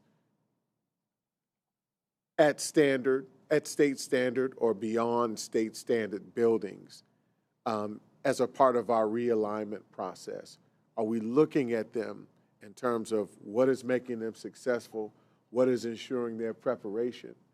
Are we looking at them in terms of, how we're processing the idea of closure and consolidation, enrollment? It's not a question you necessarily have to answer now, but I certainly look forward to learning if at all at this point, is a thought alignment to how this can develop any relationship with our realignment student academic progress plan. So certainly, this will be something that we consider as we move forward. I will say that when consolidation was looked at previously, academic performance was definitely part of the consideration, and I would think we would look at that as we move forward as well. I thank you for that question. The other one that I have, if no one else has one, the other question that I have is along the lines of the weight factor in terms of how these overall ratings work. There's a 50%. It's just interesting how one is evenly weighted at 25%, and then the others are heavily weighted in 2 different categorical areas, and then the others weighted differently at 25%. How much does that impact our state report card rating? Is there any correlation as to the impact of that on us? Well, it's certainly an expression of value, isn't it? When you put twice as much weight on a couple factors, you're saying that has a lot of value. You're saying that achievement and growth, in this case, have more value than graduation or more value than post-secondary readiness. You're giving them twice as much value in the model. That's a question. I think it points out, and I put the weights there. I want everyone to understand. I want our community to understand some of the complexity in the model that's behind our report card. It's not nearly as transparent as older report cards that had indicators, and you could look at how kids were doing in 3rd grade, 4th grade, 5th grade. It was very easy to see that. It's not to say you can't drill through to that, but it's not on the surface. And it's not what drives achievement solely, in this case. It's actually a little bit more complicated when you get back under that. And we've talked before that the steps between the stars, are, particularly in the traditional report card, are huge. So in order to get 3 stars for graduation, you have to have a 90% graduation rate. The state's not there. So every one of our buildings that exceeded that target is outperforming the state. Just for context. In the state, in terms of achievement, it's about a 3-star. So again, the steps are pretty large, and the bar is incredibly high. So we could spend probably an hour going through any one of these components. They're just not that transparent. And I find it concerning that we could have more gain in reading and math in virtually every grade level from 2021 to the present, and it doesn't show up on a star rating. We could show 15 points of gain on the PI, and it doesn't show up on a star rating. That concerns me. I thank you for that insight. Board Member Reyes, I'm sorry. Board Member Reyes. Thank you. This is not much, well, there's a question in here, but external sources do a very good job of highlighting what we don't achieve. So I'm really interested, and it doesn't have to be answered today, on how we celebrate our successes. Not only our children, but obviously our educators, our administrators. It's a heavy lift. When you're talking, double-digit increases in almost every level. I know I've talked at this board table many times that as soon as Columbus City Schools gets close to the mark, they move the mark. And this is something that's been repeated in the many years I've been here. So I'm hoping that they don't move it. I'm not saying that's what it does, but I really feel it's important that all those efforts, all those things that are happening, all those interventions, all those late hours, all those parents that have dedicated their times, all those folks are celebrated somehow. Obviously, we don't have lots of cash, but I really do think, I know I appreciated as a child getting that gold star, and actually I competed for that gold star. And I think it's, though we still have work to do, I think every child, every person in this district needs to celebrate. And I'm not going to even say small wins, because when you're talking double digits, that's not a small win. Small wins, I moved, a 0.01. That's a small win. But double digits is important, and it needs to be celebrated. I hope that we have a good communication strategy on letting people know what this means. Almost every school in the district, if not all, were mentioned in at least one or two of your slides.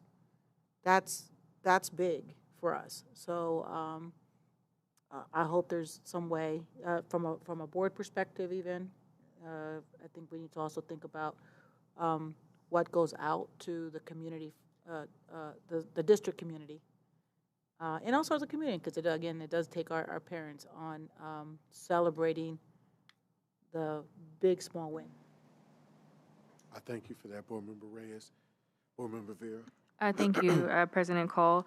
Dr. Brown, so just really quick in terms of early literacy, and I echo my colleagues' sentiments around celebrating all of our schools, recognizing that, we had about 8 schools that did meet the state standards. And I guess my question is, what do we attribute to those buildings having this level of success? And then ultimately, how are we leveraging what's working well in those buildings to support other sites? And so just recognizing that they obviously hit the mark, and what are we doing to really figure out what was impactful there? Was it allocation? Just trying to get an understanding as to what's really working in these buildings, and then ultimately, is there opportunity or conversation around how we can provide learning opportunities for other teachers or staff members? So I don't know that I can answer that definitively today. Again, access to this data was late Monday, and so we're still trying to process and digest this information. I can say that, though, our team has been doing learning walks, and we have been specifically organizing those around third grade reading, seventh grade math, graduation, et cetera, as we go through. This is really, I think, going to give us an opportunity to, again, learn what's working in our schools and be much more targeted as we move forward. Dr. Grubbs has been organizing that for us as a system and has a broad swath of the organization that's involved in those learning walks, so we have shared learning, shared understanding, and a shared dialogue about what we need to do to move forward. So I'm convinced that we will have an opportunity to gather not just the quantitative data, but the qualitative data to inform as we move forward. Thank you. Thank you. All right. We'll move forward. Thank you so much for the presentation. Thank you. I definitely want to make sure that we are keeping on time. Mr. Internal Auditor, do you have something for us this afternoon, or evening rather, and thank you for being with us. Good evening. Nothing this evening. All right. Moving on to Mr. Treasurer Cook, you have a number of things to report and share with us, so welcome and thank you. Thank you. I will say a lot discussed tonight. The forecast is a good planning tool, but it's apparently excellent at clearing out a room as well. So we'll get ready to kick off and start here.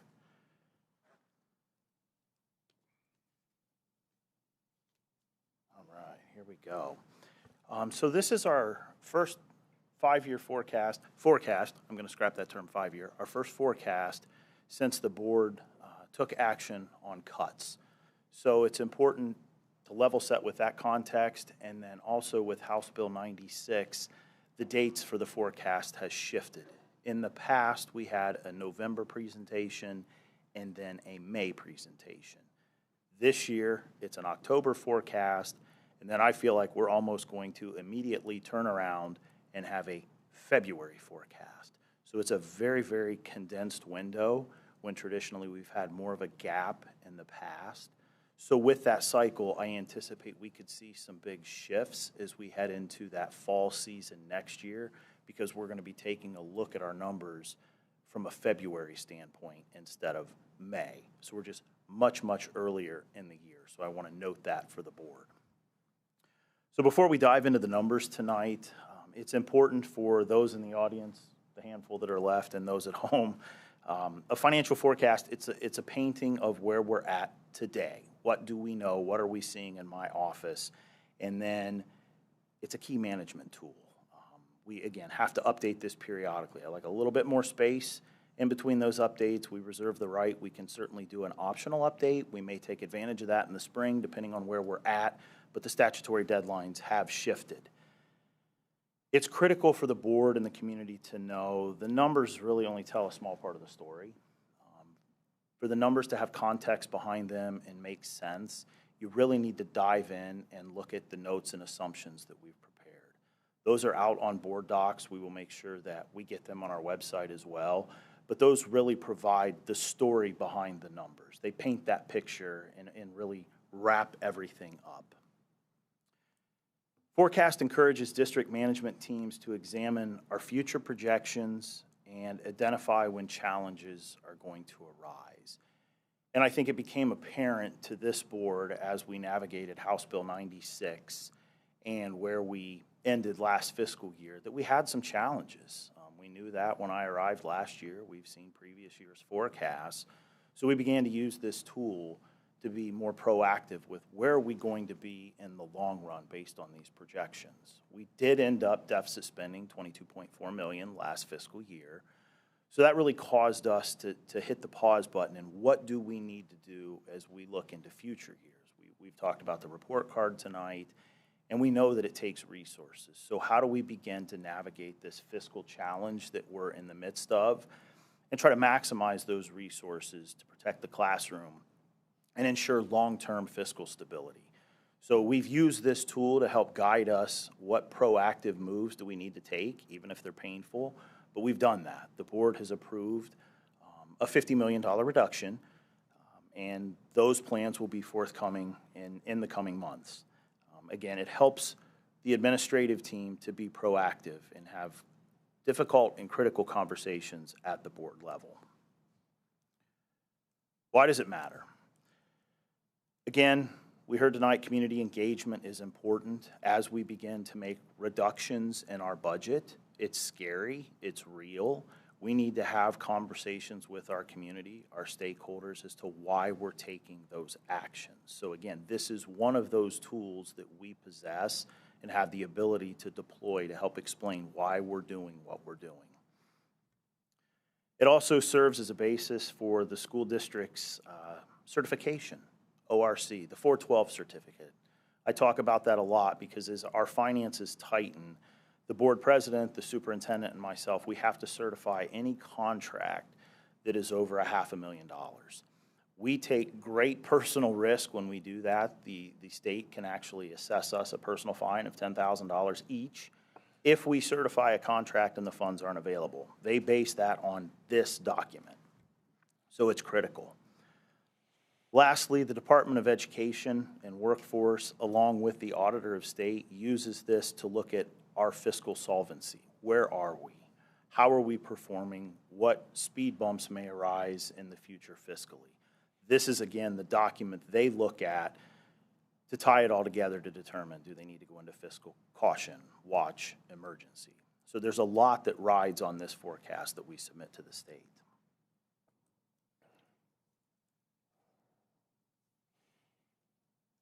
Five-year forecast, it's divided into two key components, the revenue and our expenditures.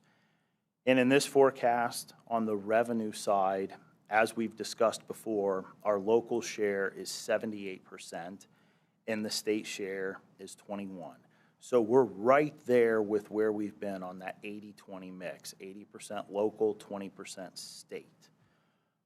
On the expenditure side, which is predominantly salaries and benefits, purchase services, and then our materials, our personnel is running 81.7%, and purchase services are 9.9%. Again, I say this a lot, it makes sense that the personnel component is the largest portion of our budget because we're in the people business. The inverse of that is when we have to make tough budgetary decisions, oftentimes that's an area boards are forced to at least examine because it is the single largest source that we have on the expenditure side.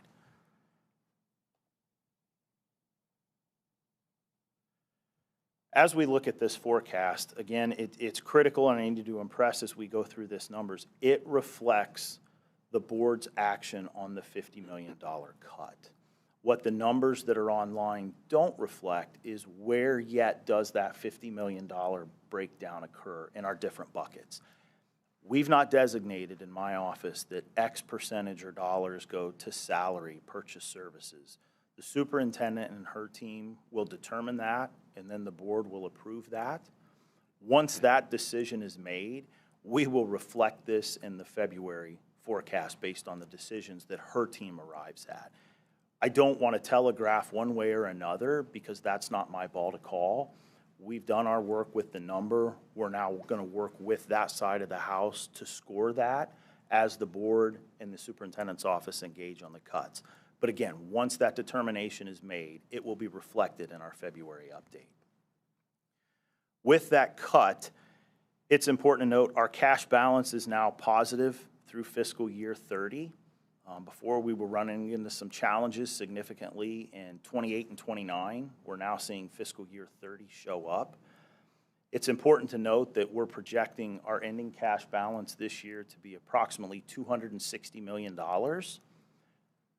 But at the end of this forecast, even with a $50 million reduction that's ongoing and sustained, our ending cash balance in fiscal year 30 is $9.3 million. That equates to 3 days of cash balance, as we'll see in later slides. It's a critical point to note because even though we're still making reductions, the deficit spend hasn't stopped. We've begun to slow it, but it's still there. This year, we're projecting just over $100 million in deficit spend. Next year, it'll drop down closer to $50 million. But by the end of this forecast, we're back up to approximately $72 million a year in deficit spend. Again, one of the frustrating points as we came through House Bill 96 was we see that inflationary pressure, wages, electric bill, fuel bill, supplies, materials. That's why we see that continued uptick on the expenditure line. And it forces pressure and action to right that ship. We didn't get those updated cost sets. Those are those very things that were so critical to the district and every district across the state because it would have helped offset some of that pressure that we see continue to be applied to us.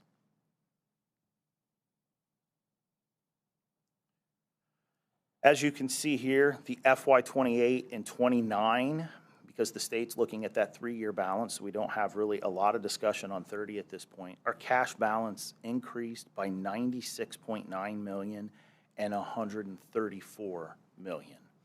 That's a direct result of the approved reduction that's in this forecast. If something were to shift with that, I'm not suggesting it will or won't, up or down, we will adjust that balance accordingly in the February update. Right now, we've got it at that $50 million, which the board approved. So a summary of changes on the revenue side. Throughout this forecast, we've seen an increase in revenue of $19 million. That includes the state budget. We've seen a reduction in expenditures of $115 million. And again, it's not that 150 plus million over 3 years because we see inflation erode that. Our costs continue to increase. So we're beginning to just offset that delta between revenue and expenses. And again, of that 19 million, House Bill 96 was 7.2 million over the 5-year forecast. So we didn't catch lightning in a bottle that was going to dramatically alter the financial course based on the state budget. I really want to highlight this point. There's a lot of discussion around our transportation penalty. I know at the Joint Committee we spent a lot of time on that. I want to be crystal clear that the board doesn't budget $15 million a year for the penalty. That is a straight reduction in our revenue.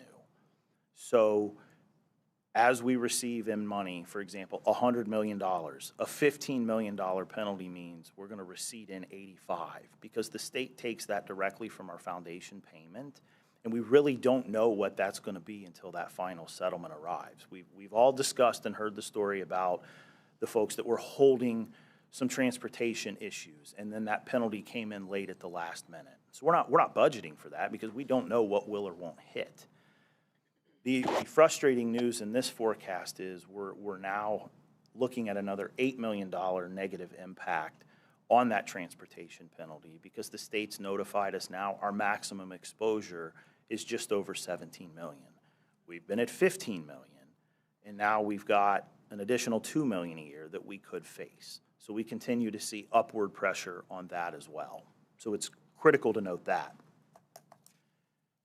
All other revenues, we've got an increase in our investment income. Of course, on the consumer side, when the Fed cuts rates, that's good. It should stimulate the economy, but we will begin to see that shift on our forecast negatively because it's just that much less in interest income that we're likely to receive. We've continued to take a conservative approach on that. We'll continue to adjust that as we spend our cash balance down and the Federal Reserve potentially adjust rates. The second significant item that the district has done a great job of is Medicaid reimbursement. We've been extremely diligent on that, and we've seen an uptick. However, now, as we're painfully aware at the federal level, we're seeing adjustments and discussions and concern. It's an area of risk for me. So we're beginning to back that down because we just don't know that the stability of those funds is going to remain what it's been. We'll certainly continue to monitor that. I would love nothing more than to miss and we get more, but all of the discussion around DC indicates a lot of pressure on that line item. So again, we're being conservative with that one there because we think there's some immediate risk to that federal line. Summary of changes on the expenditure side. We've updated payroll and our payables, our light bills. What we've seen trend out from the May forecast through now, we've just projected that forward to get as accurate of a picture as we can going forward. I said in Joint Committee the other night, there's been a lot of discussion around the non-personnel budget and how can we really avoid cuts in the classroom. Dr. Chapman and her team, they've been diligent with that. I will say we've been shaking the couch cushions since late last winter on how can we reduce costs in that arena. We've been diligent on that. I think there's more we can do. We continue to have those discussions, but if I find $1, they're willing to take that savings. So again, we're maximizing every dollar in savings that we can outside of the classroom to help alleviate that pressure. Non-personnel amounts, again, that's it. We're revised to agree with our budget, and we're going to continue to monitor that. I think we need to really take a hard look at academic ROI. I know Auditor O'Connor and I have had a lot of conversations around that. Really change our mindset around not just the dollars we budget, but how do we budget? Does it work? Does it make sense? Do we need to focus on that? Do we shift here? So my team, we're already skating to where that puck's going to be, and we're going to offer that assistance as we enter the budget season this year, just to help drive those conversations forward, because I think that's a critical component that we need to have, and it can help drive some results in performance and savings, especially on the fiscal side. The $50 million reduction, there's no great place to just stick that in a forecast, because the difficult piece with this is I just don't know where it's going to grade out, if you will. So we've stuck it as a line item in all other financing uses. We'll see that evaporate as we head to February, but I just want to note that will shift. You see it plain as day now. We'll score that number as Dr. Chapman and her team arrive at it, and then we'll put it in those buckets. But there was really no good way to do it, so we stuck it in there because the board approved it. It's important that we see the impact of that action today. So that's why that's in there. Revenue and expenditures, again, I think it sounds good that our cash balance is positive through FY30, but I want to caution the board, that margin is razor thin with $9.3 million on a $1,088 million budget. So you can see the scale of that general fund. Yes, I can deliver good news, it's positive. We have more work to do because as I talked in the opening slides, we have a cash balance of $262 million today. It continues to decline even with that present cut of $50 million. We have more work to do. What does that mean? No great answers yet. It's a combination of further cuts, maximizing attrition, which I'm always a huge fan of, and then revenue increases, or a combination thereof. But even though we've begun to take action, we'll see a slide in a second about the storm that can be on the horizon. It's here, unfortunately. We're taking action. Now we have to use this as that planning tool for those future years where we have more to shore up. Cash balance is important. We've had a lot of talk around that. I'm still a fan of, and I think we need to continue to develop a cash balance policy. But I really think we need to begin to continue, I know we've started the conversations, shifting our mindset away from just a strictly cash balance, but focus on that deficit spend line. Where are we at? Because from a fiscal standpoint, what gets measured gets done, and it's really that deficit spend that puts us in a predicament. If we can eradicate or really slow that deficit spend, our cash balance takes care of itself just by simple mathematics. So I really am going to continue to bang that drum as we go forward. Yes, cash balance matters. We've got to focus on that deficit spend. That's the wicked line that will just cause us nothing but pain and grief and impact what we can do in the classroom. So it's critical we focus our attention on that line. Estimated general fund, just to provide some context, our property taxes, that local tax base is this, let's call it Pac-Man chart. I mean, when you look at that, I think it's more powerful than a number. That I'm not great with colors, purple, blue, whatever that is, it's massive. And so when we talk about the impact of a House Bill 96 and not getting additional revenue from the state, well, that has to come from somewhere. The shifts around state and local funding, we're going to bear more of the brunt of that. They're going to continue to push that back on the backs of the taxpayers who are already providing 80% of our funding. So I think this provides excellent context. Yes, we have state foundation in there, 17%, state share of property tax at 4%, property taxes, 73% right there. It's powerful to me.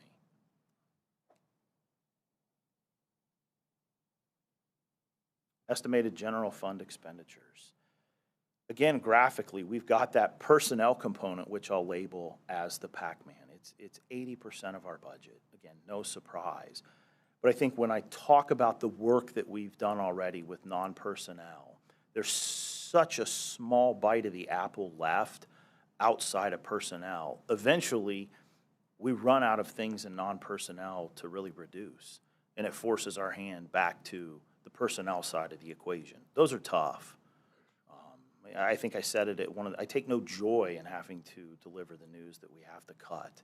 But again, I think it's being proactive because we know that storm's here, and it's borne out through the numbers that we're seeing.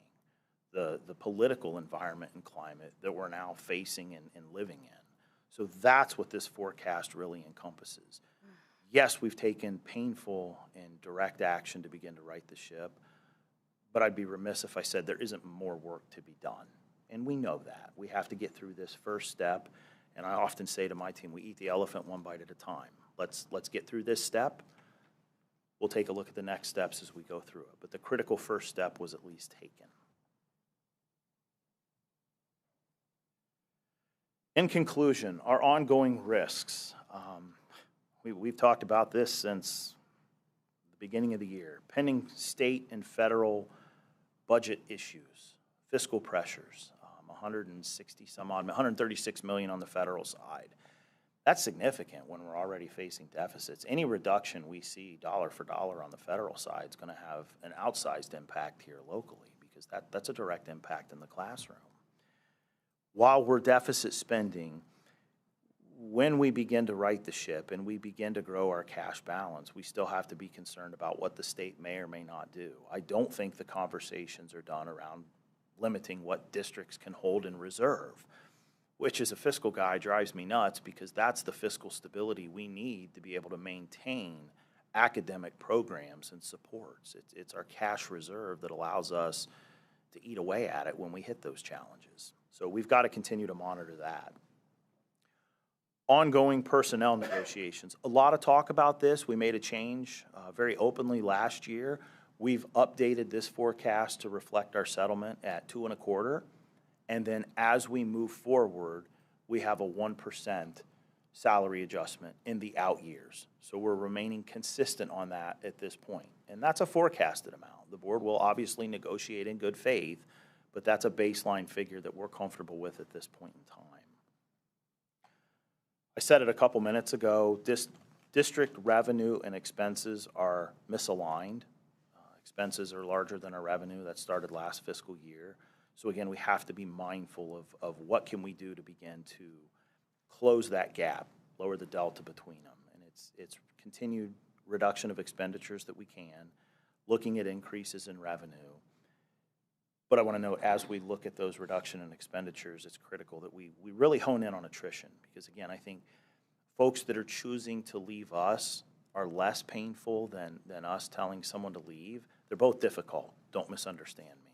But I think that's what we've done a good job in my office of. We're trying to capitalize on attrition where we can.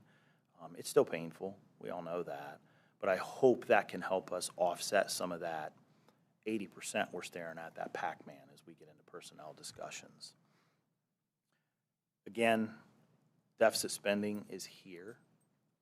We've made a painful reduction. We've lowered the delta and the amount on that deficit spend, but it continues to grow in the out years. We'll see a pretty good bite of that apple next year from that $100 million projection this year, but we're right back off to the races at the end of this forecast with deficit spending growing to $72 million. So we have to begin to address that structural deficit. We've started. There's more work to be done. Thank you, Mr. Treasurer. You're welcome. Any questions? Floor is open, everyone. Board Member Vera.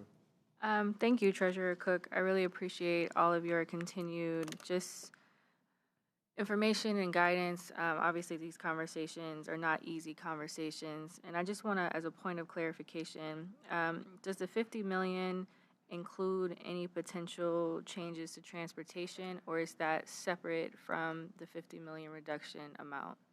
Great question. It would be a separate item. For example, if we were to make a change in transportation that would lead to a $20 million estimated savings, there would be a remainder of $30 million left of the 50.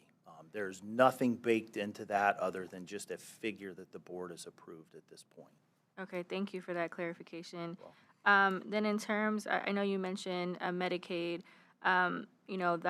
regardless, I hear a lot of what's happening in the legislature as it relates to Medicaid, but I just want to make a note or go on the record that I think it would be a huge misstep for this district not to continue to have individuals overseeing our Medicaid process, because as you've indicated, that is funding that is on the table, and certainly recognizing that we don't really know how it's going to shake out, but not having somebody that is in charge of overseeing that, I believe, is a huge misstep, especially after all the recommendations over the past several years that we've had in different committees about the importance of Medicaid reimbursement and really maximizing those reimbursements. I know you mentioned you couldn't put that in your projections, but certainly just want to highlight the importance of ensuring that someone is overseeing that process so we are maximizing those reimbursements. One other kind of point of clarification, you mentioned the revenue, and I know that's something as a board we are having a lot of different conversations and discussions And so just wanting to, at some point, this is really more to my board colleagues as we continue to have conversations about what our plans, because I know a lot of this we won't see in the immediate, Right. which is also kind of reflective with realignment, as we talk about future use of facilities and we talk about potential additional closures and changes like transportation, all of that ultimately affects this forecast. And the later we put those decisions off, unfortunately just continues to put this district further in a deficit. So Does. No, thank you. If I could for just a second, I'd like to tackle that Medicaid question. Dr. Chapman briefly mentioned that to me tonight. I know Auditor O'Connor and I have met. He's raised the issue with me. I think there's some work that we need to do around that, to your point. We will absolutely continue those conversations to take a look at what we can do to help address that. yeah, and I would only other add, thank you, Treasurer Cook, and I think it's critically important that also as a district that we're really managing grant funds. I've read that we've had some lapsed funding in the past, and at this point, I mean, at no point is it okay to ever not utilize grant funds, but certainly as we're talking about, maximizing opportunity, that is something that, as a board, when I see that, for me, it's concerning that we are lapsing some grant funding, and certainly that's not something that we should make a practice. Yeah, I will echo that. I've been concerned about it. I do want to clarify grants are separate from my department. No excuse. We're aware of it. We have some ideas, and I think we need to have some further discussions.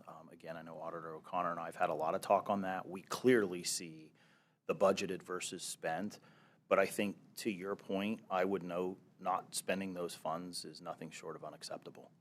I would agree with you. Thank you. That's all. Thank you.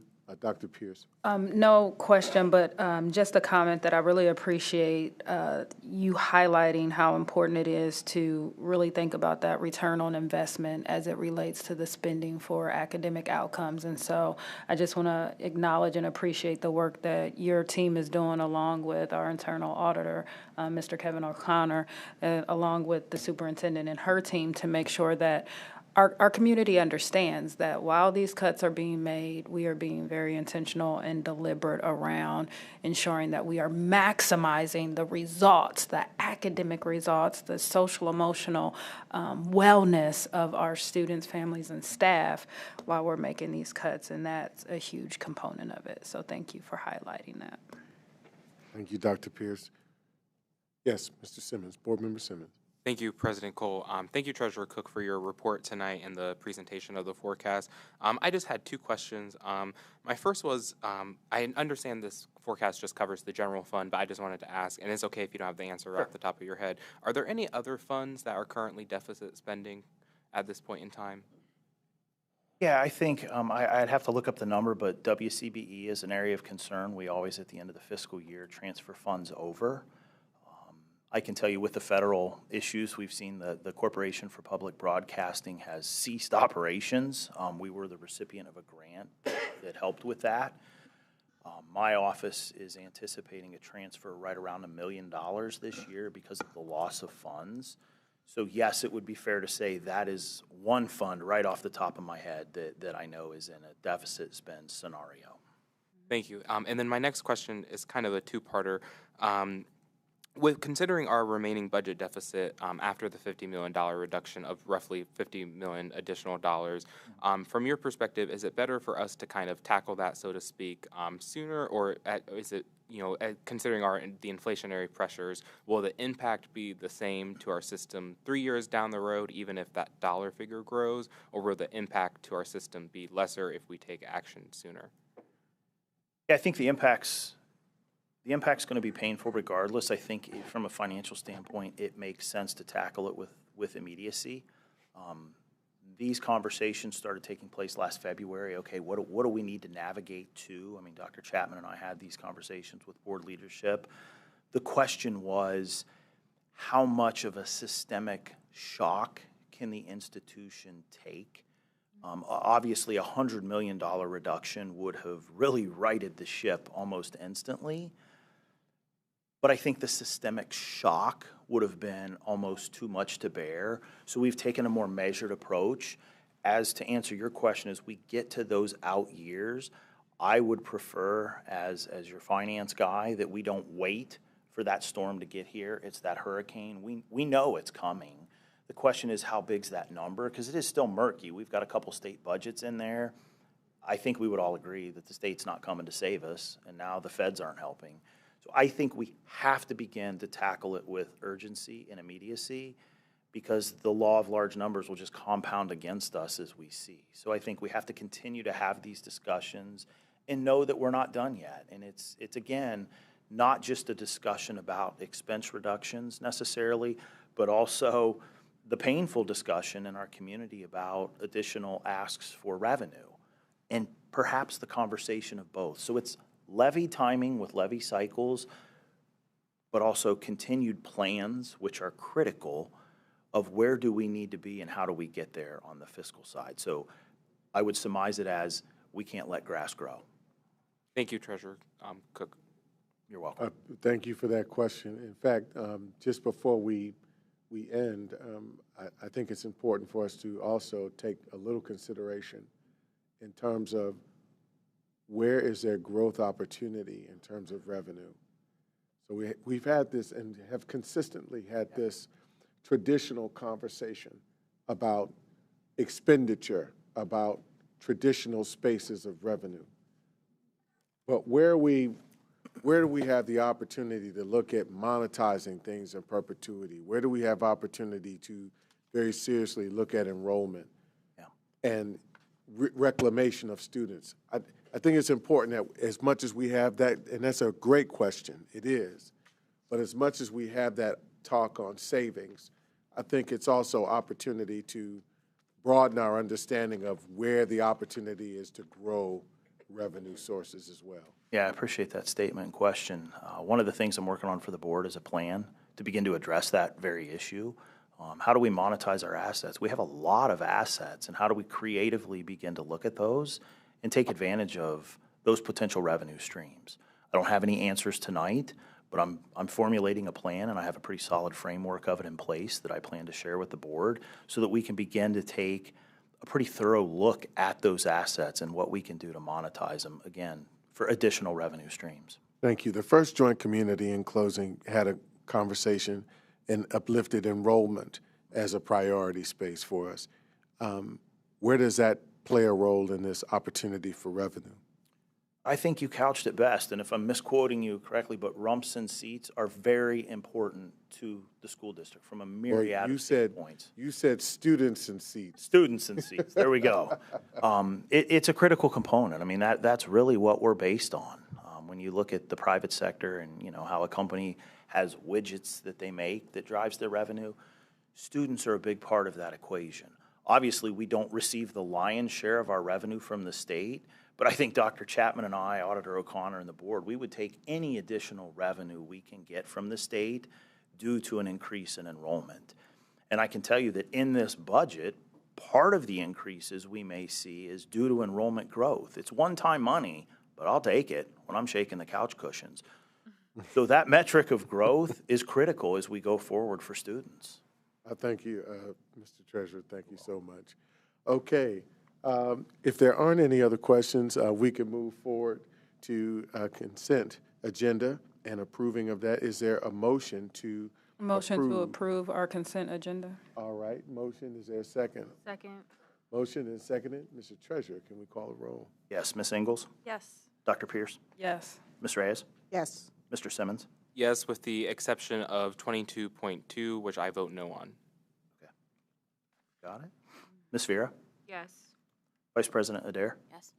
President Cole? Yes. Motion carried. All right. Motion passes. We will move now into executive session. Madam Vice President.